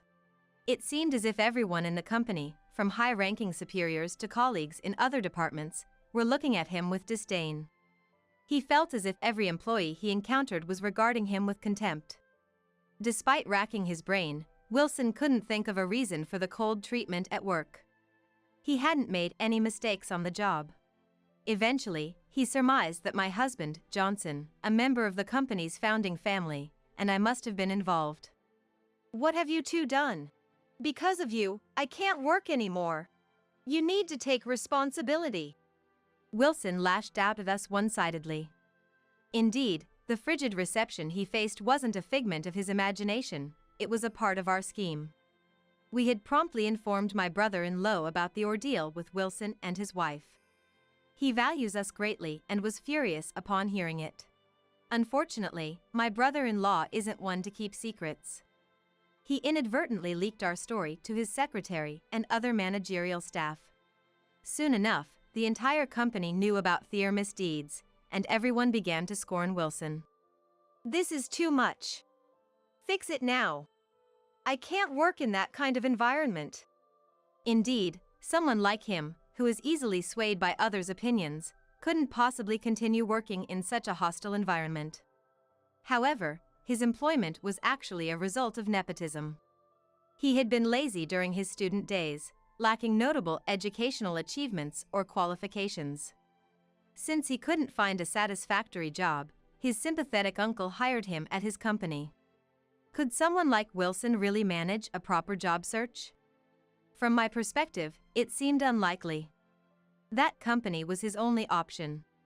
Yet, working there under current circumstances was impossible for him. Please, you have to do something. I can't work under those stairs. You caused this, right? Then fix it. He yelled over the phone. But I had no intention of forgiving him. We've disowned you, remember? Why are you asking for help now? That was all Emily's doing. I always considered you and Dad as my family. Families are supposed to help each other, right? So, help me. Indeed, families should help each other. But he had misunderstood the meaning of family. You help because they are your family, not treat them as family only when help is needed. Feeling the conversation was pointless, I ended the call with him. Afterward, my phone kept ringing incessantly, so I blocked his number. That was how we completely severed ties with our own son. Our revenge was far from over. The day after our conversation with Wilson, my phone rang again. This time, it was Emily. Sarah, please open the entrance. I have something to discuss, including about Wilson. Let me in quickly. As soon as I answered the phone, she blurted out such things. It seemed that she, thinking it best to resolve matters directly, was waiting at the entrance of our house, eager to talk. Well, it was our former house, after all. Emily, we're not at that house anymore. Indeed, it was our former home. Since then, we had sold the house where we lived with them and moved to a new home. A brand new, sparkling single-family home. Our new home, chosen with a slightly competitive spirit, was more spacious and grander than Wilson and Emily's. What? Then where are you? Things are terrible here. If we don't know where you are, how can we receive the inheritance? Tell me your current address. She seemingly failed to comprehend the meaning of disownment. To disown means no longer being family, and inheritance is not passed to non-family members. We had even updated our will to ensure that, come what may, Wilson and his wife would not receive any inheritance. However, she appeared to misunderstand, thinking that if some family connection remained, they could still inherit. Emily, you can no longer receive any inheritance. We've disowned you, remember? We're no longer family. Why would we give an inheritance to someone who's not family? I was astonished at her lack of understanding. Her ignorance was so profound that it was almost laughable. Surprised by my response, she exclaimed. What? She exclaimed in a loud voice. What? I didn't know that. That's a real problem if we can't get the inheritance. Let's forget about the disownment, okay? We're still family, right? Her self-centeredness was astounding. It was baffling how someone could be so obsessed with money. Her illogical and selfish statements left me speechless. Misinterpreting my silence as agreement, she continued. How about we live together? You've moved out of this house, right? I just realized how lonely it is without you, Sarah. Our house is big, so you can live here too. Let's live together as a family. And yet, this was the same person who had once called us dirty old people and drove us out. Now she was even suggesting living together, clearly all for the sake of inheritance. It was obvious that restarting life with them was out of the question. I wondered if she even understood that. Could she really not understand even that? Sorry, but we'll have to decline. And from now on, please don't contact us. We've disowned you, so we're no longer family. And non-family members won't inherit anything. Please understand and give up. No! That's unacceptable! Please, Sarah, forgive us! When I firmly declared our disownment, Emily seemed to finally grasp its meaning and desperately clung to any hope. But my decision was final. And likely Johnson's as well. Therefore, I ended the call with her and immediately blocked her number. This way, she couldn't contact us again. They wouldn't know our current whereabouts. Essentially, we've completed our disownment. We felt a sense of relief, having cleanly severed this unpleasant connection. Later, I heard from acquaintances and brother-in-law that Wilson and Emily began fighting incessantly over the inheritance and their jobs, leading to a divorce. They argued bitterly over alimony and property division, even hiring lawyers and taking their disputes to court. After the divorce was finalized, Emily returned to her parents' home. She seemed certain that her biological parents would accept her, but when they actually saw her and learned of the situation, they were furious. Apparently, she was promptly kicked out of the house. Wilson, having quit his job, struggled to find new employment and is now working tirelessly in part-time roles to make ends meet. Meanwhile, Johnson and I are enjoying a peaceful and happy life. The weight of the Wilson affair lifted, we've found newfound freedom. We're planning to go on a trip soon, taking brother-in-law and his wife along. Johnson and I have been making plans for this trip together. It's our way of thanking him for his help in our revenge. We are carefully planning this vacation. Family is about supporting each other and helping in times of need. But that doesn't always mean being related by blood. Some, like Wilson and Emily, disregard even their own family. This incident has deeply ingrained that lesson in us. With this, I'll finally get the inheritance. Right before losing consciousness, I heard my husband's voice. I had just finished a hospital visit and was about to head home when suddenly a car sped towards me. I realized it too late to escape and was hit. Amidst the intense pain and fading consciousness, I heard what my husband had said. What did he mean by inheritance? Why was he even here? As I tried to make sense of it, I lost consciousness without seeing him. 3 days later, I woke up and saw on the TV that my husband was acting the part of a grieving, loving husband. I was furious. He was garnering sympathy while pretending to be a good person, even though he had schemed everything. I couldn't let him have his way anymore and decided to seek revenge. I am Jennifer Brown, 29 years old. A music teacher. I've always loved the piano and dreamed of becoming a pianist since childhood. After practicing desperately every day, I managed to get into a music college, but I was overwhelmed by the high level of competition and eventually gave up. I obtained a teaching license and became a music teacher. Currently, I work at a local public middle school, where I'm not just a teacher but also the advisor of the choir club, leading a busy life. Being a teacher is tough, but the kids admire me calling teacher, so I was enjoying fulfilling days. Last year, I married Robert, whom I had dated since college. We were at the peak of happiness in both our personal and professional lives, but it didn't last. My husband Robert was just a mess. He worked at a bar, and because of the nature of his job, he had late shift. Our daily rhythms were completely different, and we began to drift apart. He often drinks after work, so I find him sleeping at the entrance returning home drunk in the morning. Initially, I thought it was just part of his job. But when I came home tired from work, I found clothes thrown about, and the table littered with empty instant noodle cups and finished drink bottles. Seeing this mess every day, my anger just kept building up. Robert, put your clothes in the laundry. And can you clean up your mess? What? Stop nagging. I'll do it later. Later? You always say that and never do it. Do it now. Frowning, Robert clicked his tongue in annoyance. If it bothers you so much, do it yourself. You're such a nagging woman. What? I'm tired from work every day. Why do I have to take care of you? Can't you at least take care of your own things? I'm tired too, you know. Do you think you're the only one? Or do you think you're superior to me because you earn more? I denied that, and Robert sighed. Then you should do it. Don't order me around like that. Saying this, Robert lazily lay down on the sofa and started fiddling with his mobile phone.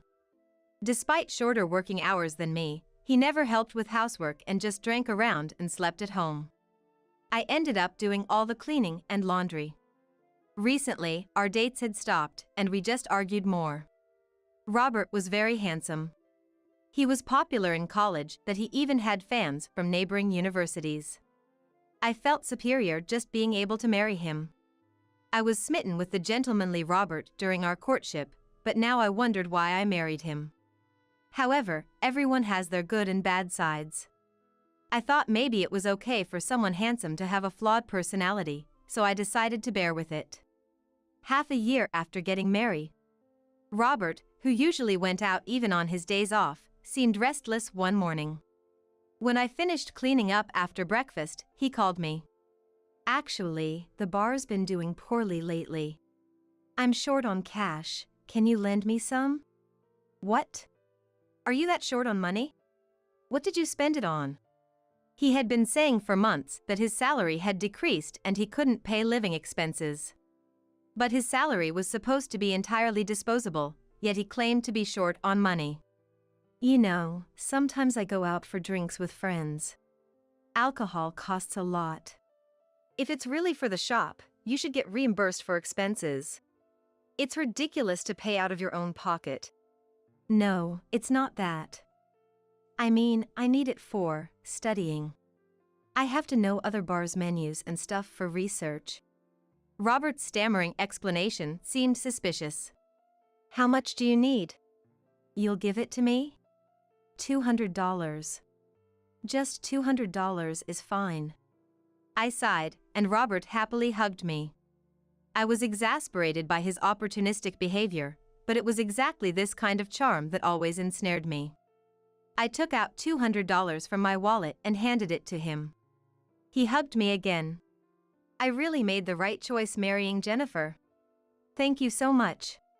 Because of our constant fighting these days, I felt over the moon when he hugged me while I was exasperated with him. I felt like I had to support him, who had a tough job. But then, he started asking for money almost every month. The amount he wanted kept increasing, and before I knew it, I was giving him as much as $1,000 monthly. For me, just a teacher, it was quite tough to pay $1,000 in addition to regular living expenses. Despite my efforts to save, my savings were rapidly depleting. "Robert, can you pay back even a little of the money I gave you?" "What? Why all of a sudden? You gave me that money, why should I give it back?" "It's getting hard to make ends meet. If I keep giving you money, I won't be able to pay for gas or water." When I spoke to Robert before he went to work, he made a face as if it was a hassle. "I can't help it, my salary is too low." "You could if you tried to save a bit, like cutting down on eating out." "I'm doing that for the bar. Are you trying to interfere with my work? Then sell your piano. That'll bring in good money." Saying that, he left the house. My piano is as precious to me as life itself. It was a gift from my father when I was 2 years old. I need it for practice as a music teacher, there's no way I can part with it.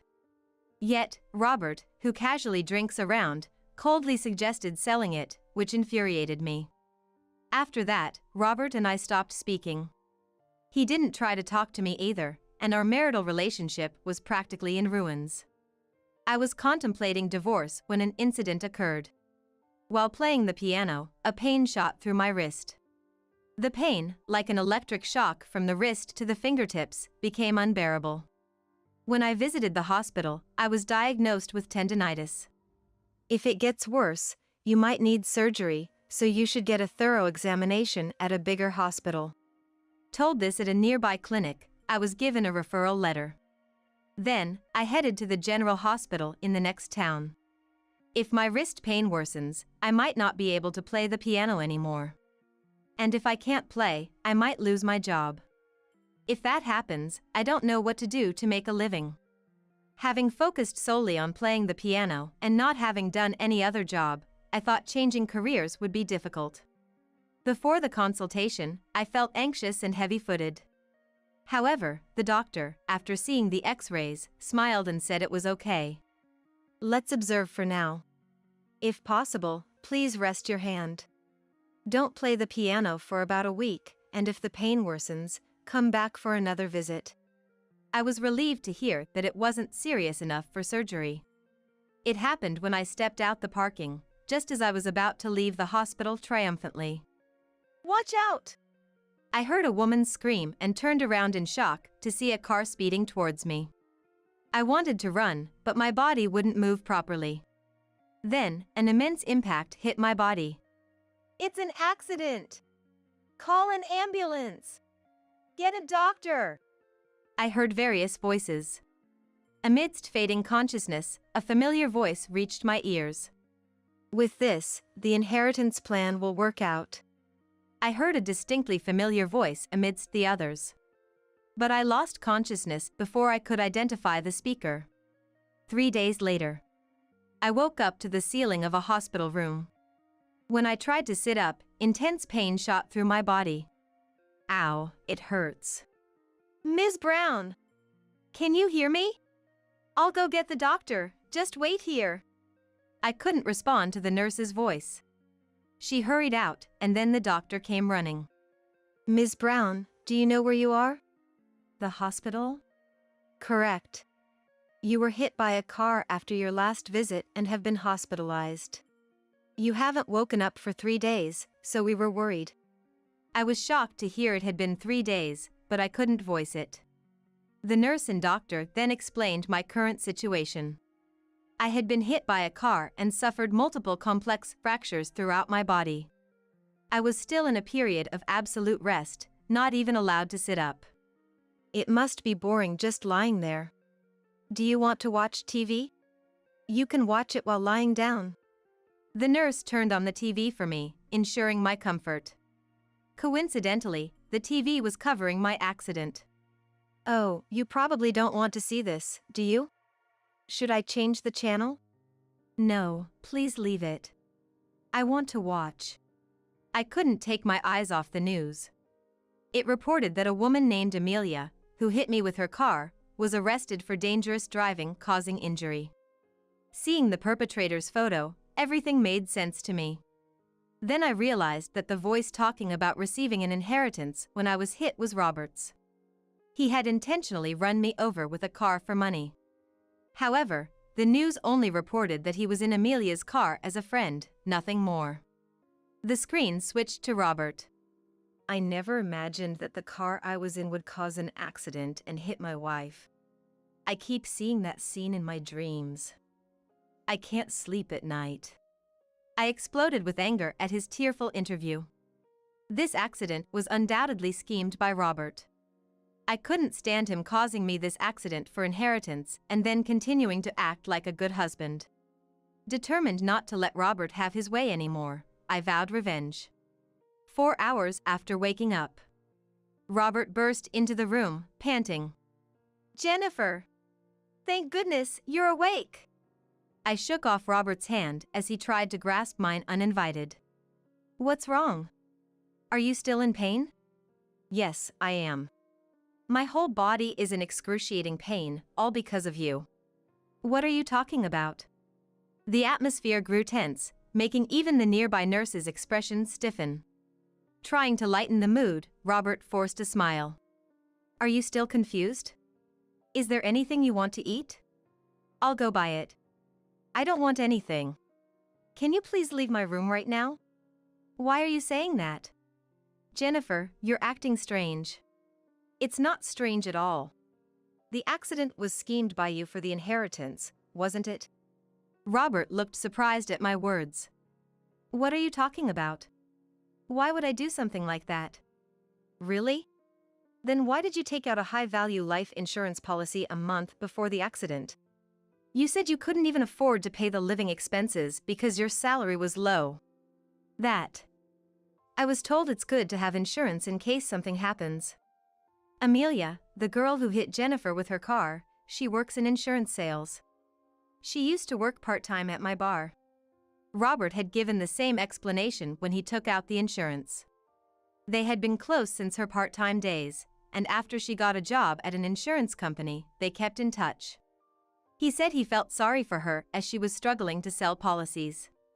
As he worried about getting scolded by her boss and having low pay, he decided to take out a policy to help her out. The insurance was taken out because you, Jennifer, earn more than me, right? If something happened and you couldn't work, it would be a problem, so I contracted the insurance for you. Isn't that reasonable?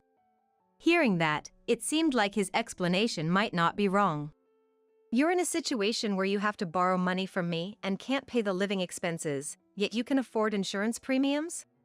If you can pay that much, why not repay me? Don't say that. I got the insurance for your sake. Robert said this while holding my hand. His expression looked genuinely concerned, but I couldn't bring myself to trust him. If that's the case, you won't mind if the insurance money doesn't come in, right? I need quite a lot of money for surgery and hospitalization. I'll use the insurance money we received, so please transfer the entire amount to my account. What? All of it? Is that much really necessary? It might be. If it's not enough, will you pay the rest, Robert? What? Not enough. That can't be true. Robert's face stiffened as he muttered to himself. Seeing him like this, the nurses also cast suspicious glances. I beckoned Robert to come closer and whispered so only he could hear. It's useless to lie anymore. There isn't much insurance money because I'm alive, and there's zero inheritance. You must be disappointed. Robert frowned upon hearing this. Zero inheritance? What do you mean? It means there's almost no savings. Did you think you would get all my money if I was gone? Why is there none? You're a public servant, you earn well, right? Robert's voice grew louder, and a nurse frowned upon overhearing him. I was lending money to you, Robert. How much do you think a teacher's salary is? I'm still in my 20s, I don't earn that much. Plus, there are living expenses to pay. I never had any financial leeway. You've got to be kidding. What was all this for, then? Robert hung his head, clutching at his forehead. My anger surged at his true nature showing. You won't get away with this easily. You'll be arrested too if they find out you were an accomplice. No one will believe that. Did you see the news? I'm the devoted husband worried about his wife. No one will believe anything you say. They'll just think you've gone mad from hitting your head. While saying this, Robert laughed. You can say that now, but not for long. I replied calmly to Robert's provocation. Then, he looked at me with a cold gaze. Don't get cocky. You should have just gone to the other world. I despised him for saying such things so casually. I sighed, waiting for the moment of revenge. Just as I sighed, the door of the hospital room opened abruptly, and men in a suit entered. Who the hell are you? We're the police. Is what you just said true? What? What are you talking about? I'm just worried about my wife. Ignoring Robert, who was sweating and panicking, the police reached for my bedside and took out a mobile phone. The phone was in the middle of a call. We've heard everything. Even the part about she should have gone to the other world. What? Why are the police? He turned pale and started to tremble. I called them.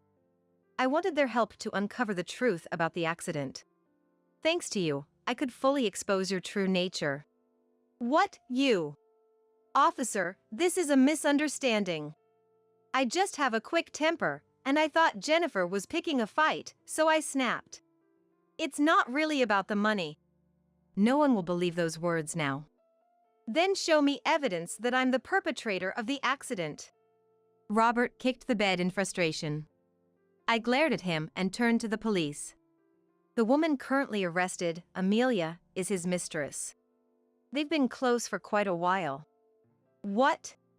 Don't say such nonsense without evidence. There is evidence. I had hired a private detective agency to investigate you. We have photos of you with Amelia and records of your activities over the past few months. Lying won't help you now.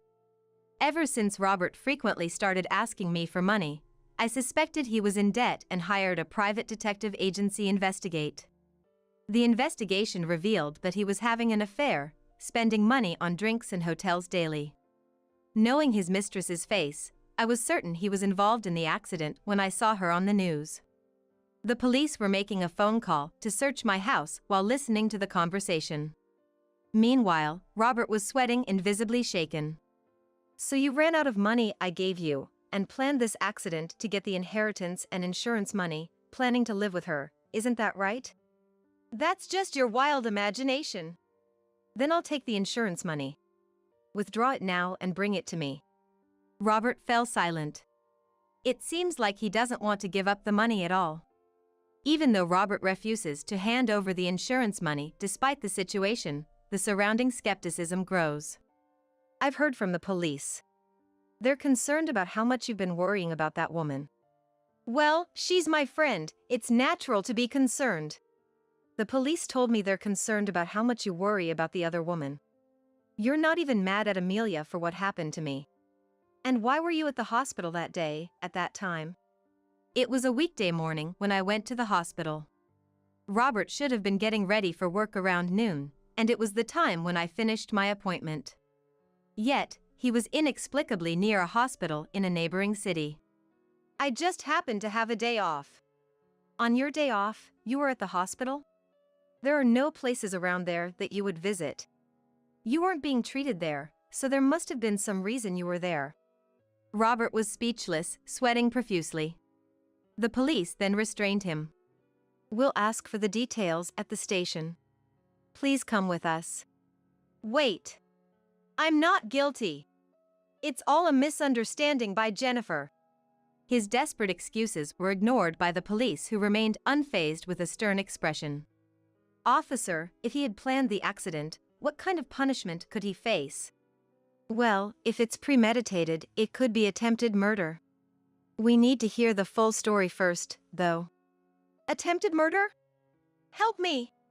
Jennifer, I'm not guilty. Forgive me." Robert, pale as a ghost, shook off the police's grip and clung to my bed. "I admit I was wrong for cheating and borrowing money. I'm sorry. But this time I was just in the car. I'm not guilty." Before I lost consciousness, I heard your voice, Robert, saying now we'll get the inheritance as planned. How can I forgive someone who did this for money? When I spoke up, he started making unbelievable statements. "What? Are you sure about that? If I get arrested, it will reflect badly on you too. You'll have trouble at work. It's in your best interest to be careful." Why should I forgive you? Do you even realize what you've done? I plan to divorce you, and whether you get arrested or not is none of my concern. I sighed in exasperation at his shocked expression. "Wait. Talking about divorce at a time like this? What do you mean? How can I live without Jennifer?" I made a further attack on Robert, who held his head in despair. "That's not my problem. Just so you know, I was planning to divorce even without this incident. I have proof of your infidelity, and I'll get a hefty compensation in the divorce trial." "Compensation in a divorce trial? How can I possibly pay that? If I get arrested, I'll lose my job too." That's your own fault for committing a crime. You should have thought twice before doing such things. Robert then knelt down, defeated. "I was tricked. Amelia said to me, if you wanted money, you should have just taken out insurance and staged an accident. Initially, I was supposed to drive, but since my license was suspended, she decided to drive. It's all her fault." Robert shouted. Hearing Robert try to lighten his sentence even in this situation, I couldn't contain my fury. Tricked or not, I don't care. I'll never forget you saying I should have gone to the other world. That was your true feeling. "That's a lie. I didn't mean it." I can't believe such words. I never want to have anything to do with you again, Robert. I'll consult a lawyer about the divorce, so never contact me again. "No, that's a lie. Stop it. I'm not bad. Let go." He started to thrash around, but he was warned that further resistance could lead to obstruction of justice charges, and he quietly left the hospital room with the police. The next day, I learned from the news that Robert had been arrested. The once kind and grieving husband was now vilified as a criminal who plotted murder for insurance money. Over a decade later, I heard that he was released from prison. He had been fired from his job and struggled to find new employment due to his criminal record. Apparently, he was now working at a grocery store. I saw on social media that he is often reprimanded at work for having a lot to learn. As his case was reported in national news, he's well known to many. Apparently, people recognize him and take his photos without permission, making him uncomfortable. The photos show him looking significantly aged and unkempt, likely due to financial struggles. It's sad to see such a drastic change in someone who was once celebrated for his looks during his college days. Despite feeling this way, I cannot forgive him. I hope he spends his life reflecting on his actions. After everything that happened, I resigned from the school where I was working and moved out of state.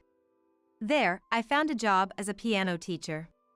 Miraculously, my hands were not permanently damaged from the accident, and I was able to play the piano again. Now, I am remarried to a different man, and we are blessed with 2 daughters, living happily as a family of 4. When I married Robert, I chose him based on his looks. However, this experience taught me a painful lesson about not judging people by their appearance.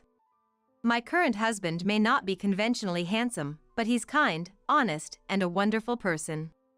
I've made a vow to myself to never be swayed by appearances and to discern people's true nature.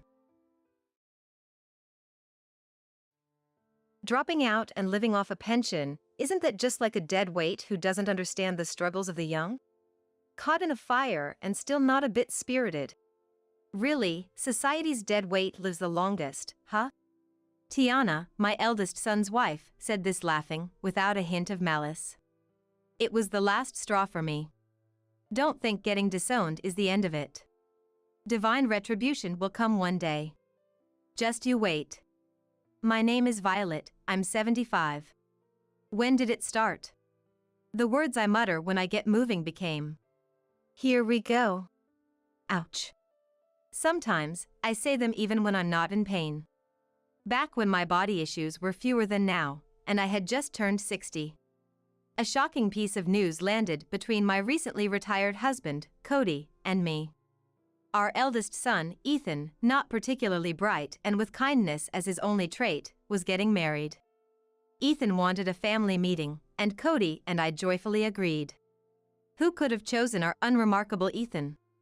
On the day of the meeting, Tiana, a well-dressed woman, appeared at our house. Not especially beautiful or flashy. But her behavior was elegant and refined, perhaps due to good upbringing, leaving Cody and me speechless. You didn't just bring some secretary pretending to be your girlfriend, did you?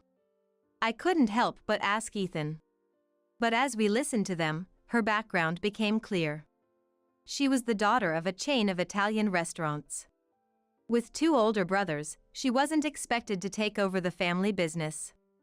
But if something happened to her brothers, Ethan might have to step in. I wondered if Ethan could handle such a responsibility, but the warm atmosphere between him and Tiana made it seem possible. They were more in love than I imagined. We approved their marriage, and they wed. Everything seemed perfect. Then one day, Tiana called. Oh, Tiana, what's up? Calling so suddenly. Violet. I heard from Ethan yesterday. Is it true that Cody dropped out? Yes, that's right. He was the youngest, and our parents couldn't afford to send him to school. Why do you ask? Dropping out was common and not unusual. And Ethan's parents' education had nothing to do with his marriage. I optimistically failed to understand the intention behind her question. And you're not working now, right? Just retired. Enjoying a leisurely pension life. I replied with a laugh, but the air over the phone turned heavy. Tiana, something wrong? I'm a bit confused. So, you're saying he never really accomplished anything in society and now just lives off a pension? What? Both Cody and I had worked and paid taxes. I didn't know if we contributed to society, but we hadn't been a burden. I didn't understand her point, but I felt looked down upon. Finally, that day, she said, Let me think about this. And hung up.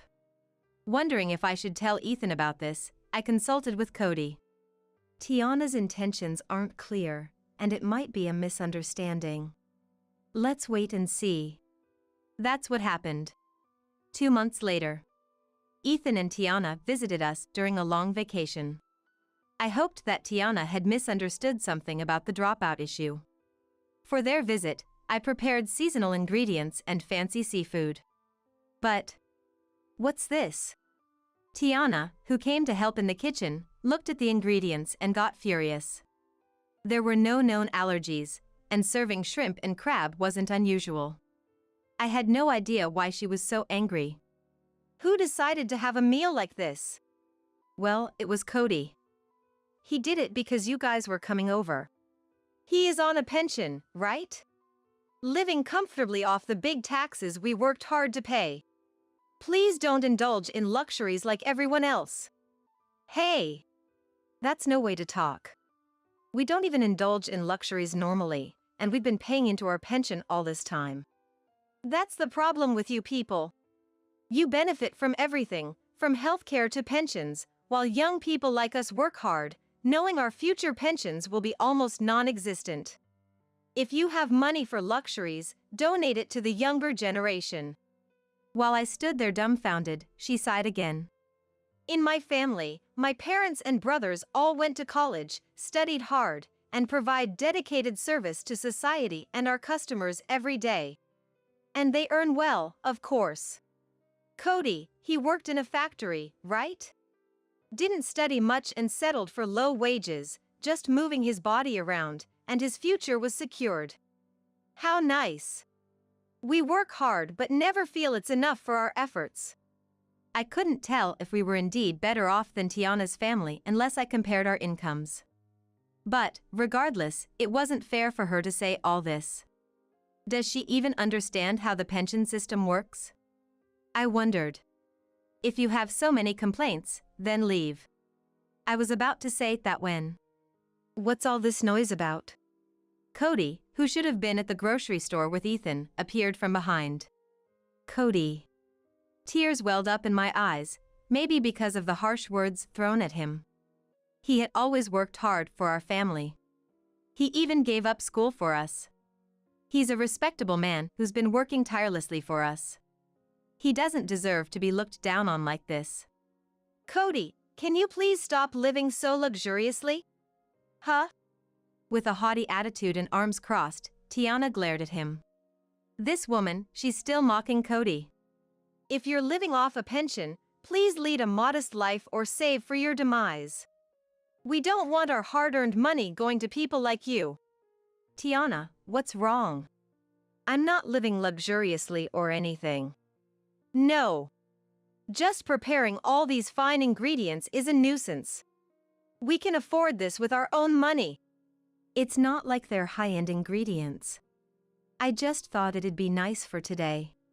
If you're feeling uncomfortable. That's not it. It makes me sick that people like you, who never studied properly and just continued a fool's job, live off pensions and eat like this. I thought to myself, factory work varies, and without people manufacturing, you wouldn't have the car you came in. But I stayed silent. Nothing I said would get through to her. But Cody reacted differently. I tried to be understanding because you're Ethan's wife, but this is too much. I paled, realizing he was angry. He rarely gets angry, maybe once in every 8 years, more rarely than the Olympics. If he exploded now, Tiana would be in trouble. That's when it happened. From the back room, I heard an explosion and the sound of something collapsing. Dad, Mom, Tiana. There's a fire in the back. Get out quick. Guided by Ethan, who rushed and drenched with water, we managed to escape the house without harm. Exhausted, we all watched our home engulfed in flames. It's good that everyone's safe. Ethan muttered. Yes. I replied. It seemed like an electrical fault in the neighbor's house had caused the fire, which spread to ours. Almost everything except the second floor was burned, and the house was unlivable. What a long vacation this turned out to be. What do we do now? Cody mused. Yes. Watching us, Tiana said. We're not going to take care of you. We, who had not even thought of asking for such a thing, exchanged glances in surprise. What is this kid talking about? When times like this come, isn't it like this? You old folks living on pensions don't have money, so you say, you're the eldest son, so you should take us in, right? I read it on the internet. You wouldn't say something like that, would you, Cody? Of course not. I wouldn't bother Tiana or Ethan with such things. Cody, calmed by the fire and now exhausted, nodded. Ethan watched our exchange with a solemn expression. I was afraid to ask what he thought. Just so you know, don't try to get closer to us just because our house burned down. Tiana, what's gotten into you? We never said we'd do anything like that. Cody continued. That's right. He agreed with my words. It seemed like the anger was flaring up again. People with no brains can't imagine what others might think. After all, how can you, living on pensions, rebuild your lives with no education? Tiana laughed mockingly. I couldn't deny it. I wasn't sure about the cost of house repairs, and how much would the fire insurance cover. I had just heard that if it's a fire spread from somewhere else, suing the responsible party isn't an option. Beyond education, there aren't many places a 60-year-old can work. Violet, you're just a high school graduate, but dropout Cody will just be a burden to you. Tiana said this with a smile, seemingly without any malice. Anger welled up inside me. You're still lively despite being caught in a fire. Society's burdens live the longest.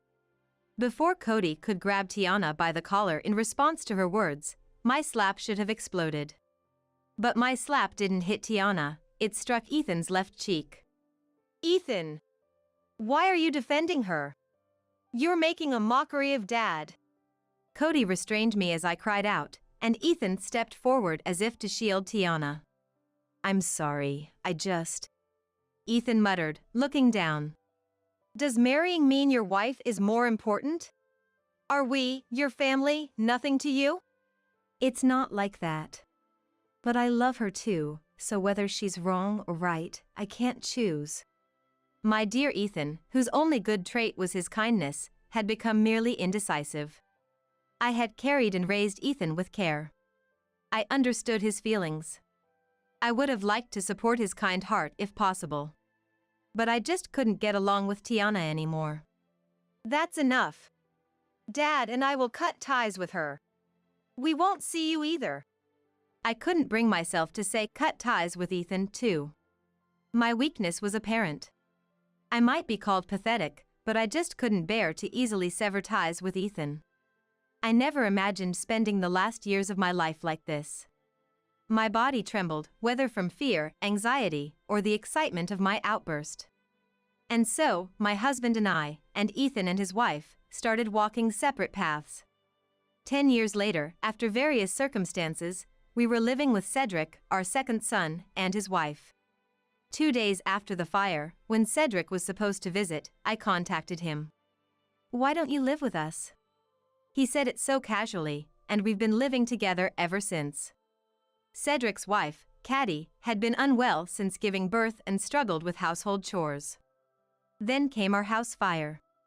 It goes without saying that Cedric's suggestion to live with us had an ulterior motive. But in exchange for doing household chores, living rent-free was a good deal for us. Even if the household chores meant playing with the grandchildren or cooking, being able to see them grow up every day was a reward for us. We shared household duties with Caddy, and we took over entirely when she felt unwell, so there was no inconvenience at all. Living with us might actually be easier for them than when it was just the two of us. I never really minded or felt dissatisfied, but Cody isn't much of a housekeeper. After cutting ties with Tiana and leaving our burnt house, I felt a daily happiness, as if the words disposal of unnecessary items, huge success, were floating in my head. Then, one day, after finishing dinner and about to serve cookies I made with my grandchildren, the doorbell rang. Hello? Caddy answered in her usual manner. Help! And from the monitor came a voice. Those grave words made us brace for some emergency. Tiana? Caddy looked bewildered, alternating glances between the monitor and us. Eh? Tiana? I couldn't believe it and looked at the monitor, where Ethan and his wife stood. What are you doing here? I couldn't help but ask. Please, we apologize for everything in the past, just help our company. The sight of Ethan and his wife asking for help through the monitor caught even me off guard. Worried the neighbors might think oddly of Cedric's family, I hurriedly opened the door. What's this all about? Why so sudden? I ask. Behind me stood Cody, and a little further back, Cedric watched us with concern, protecting his children and caddy. Our family business is about to go bankrupt. The family business, United Capital Holdings? You've expanded since your marriage, it should be fine, right? Indeed, her family business had grown rapidly since their marriage, now a respectable corporation. I knew from the newspapers a few years back that Ethan had joined the management, following her grandfather's wish to keep it family-operated. But at this moment, I pretended not to know. Although I was fully aware of their imminent bankruptcy and its reasons. Of course. They had to come to our house, and I could barely suppress a laugh. No. I mustn't laugh. I can't divulge details, but expanding so much has backfired. Can you help us without asking anything? Let me guess, you hired manager candidates thinking anyone would be fine as long as they were college graduates, and they did whatever they wanted? I know all about it. Cody was the one who reacted to her words. Like me, he, who knew everything, couldn't completely hide his amusement. So you knew, Mr. Gourmet Iron Man. Tiana said, looking dejected. Since living here, Cedric often takes me out to eat. Starting a blog turned out to be popular, what a hassle. Cody laughed. Since moving in with Cedric and his family, Cody, who loved food, was frequently taken out to various restaurants by Cedric. He started reviewing the flavors on a blog, which became popular for its honest depiction of minor local eateries. Now, he even writes articles for magazines, introducing recommended gourmet maps. Gourmet Ironman was his pen name.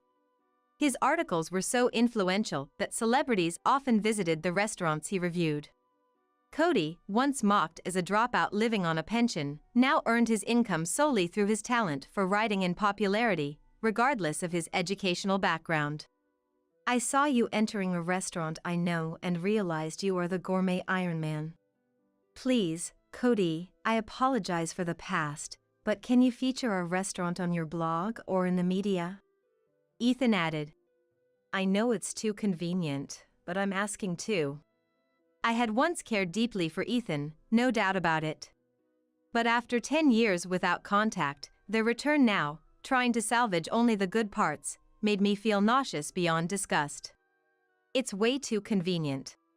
Even if you apologize, your mindset hasn't changed, has it? We're still living on pensions, you know? Can you still apologize despite that? Tiana responded to my words.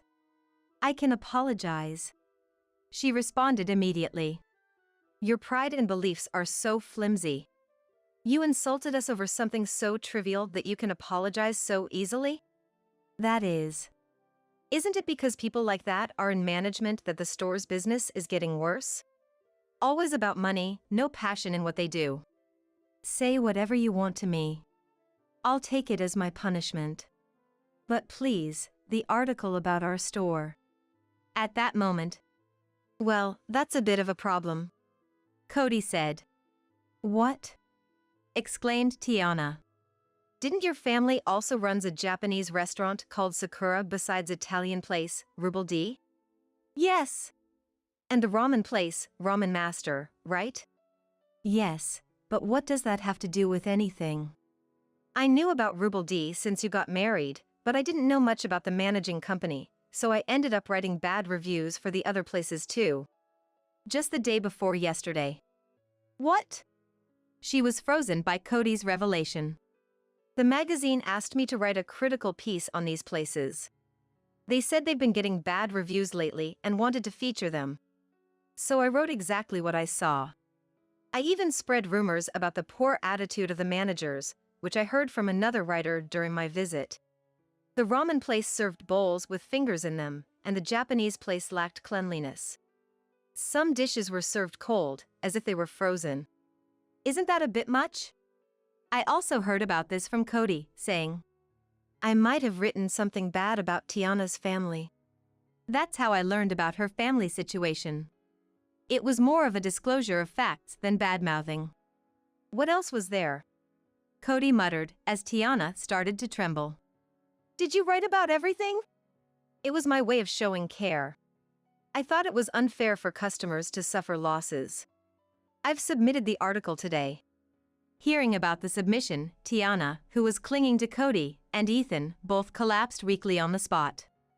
You're kidding, right? She murmured. Education doesn't really matter in the end. If we take care of things one at a time, everyone gets equal results, and even small talents can grow with effort. Like Cody. Your family only hires college grads, which isn't bad, but you can't judge someone's character by a resume. You look down on people too much. Did you learn something? At my words, Tiana contorted her face and apologized. I'm sorry. She must have realized how shameful her behavior had been towards someone she had once cut ties with. She apologized and left. Ethan also said, I'm truly sorry for forgetting the kindness of those who raised me and for constantly choosing the wrong path. And with tears, he followed Tiana. I wished they had realized this sooner but didn't say it aloud. That's your path. Keep going. Even though we cut ties, a parent's heart remains. After Cody's article was published, it became a hot topic online, and Tiana's family's store lost customers. Reports said they were using expired meat and mislabeling products. It became apparent they were a conglomerate of scandals and closed all stores within a year.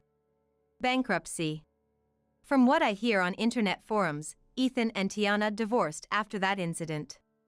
Tiana struggles to find work outside the food industry and lives alone in a cheap apartment. Ethan was seen working part-time at a discount store near their old home. There were arguments heard from their home before the bankruptcy, and their marriage deteriorated as the business did.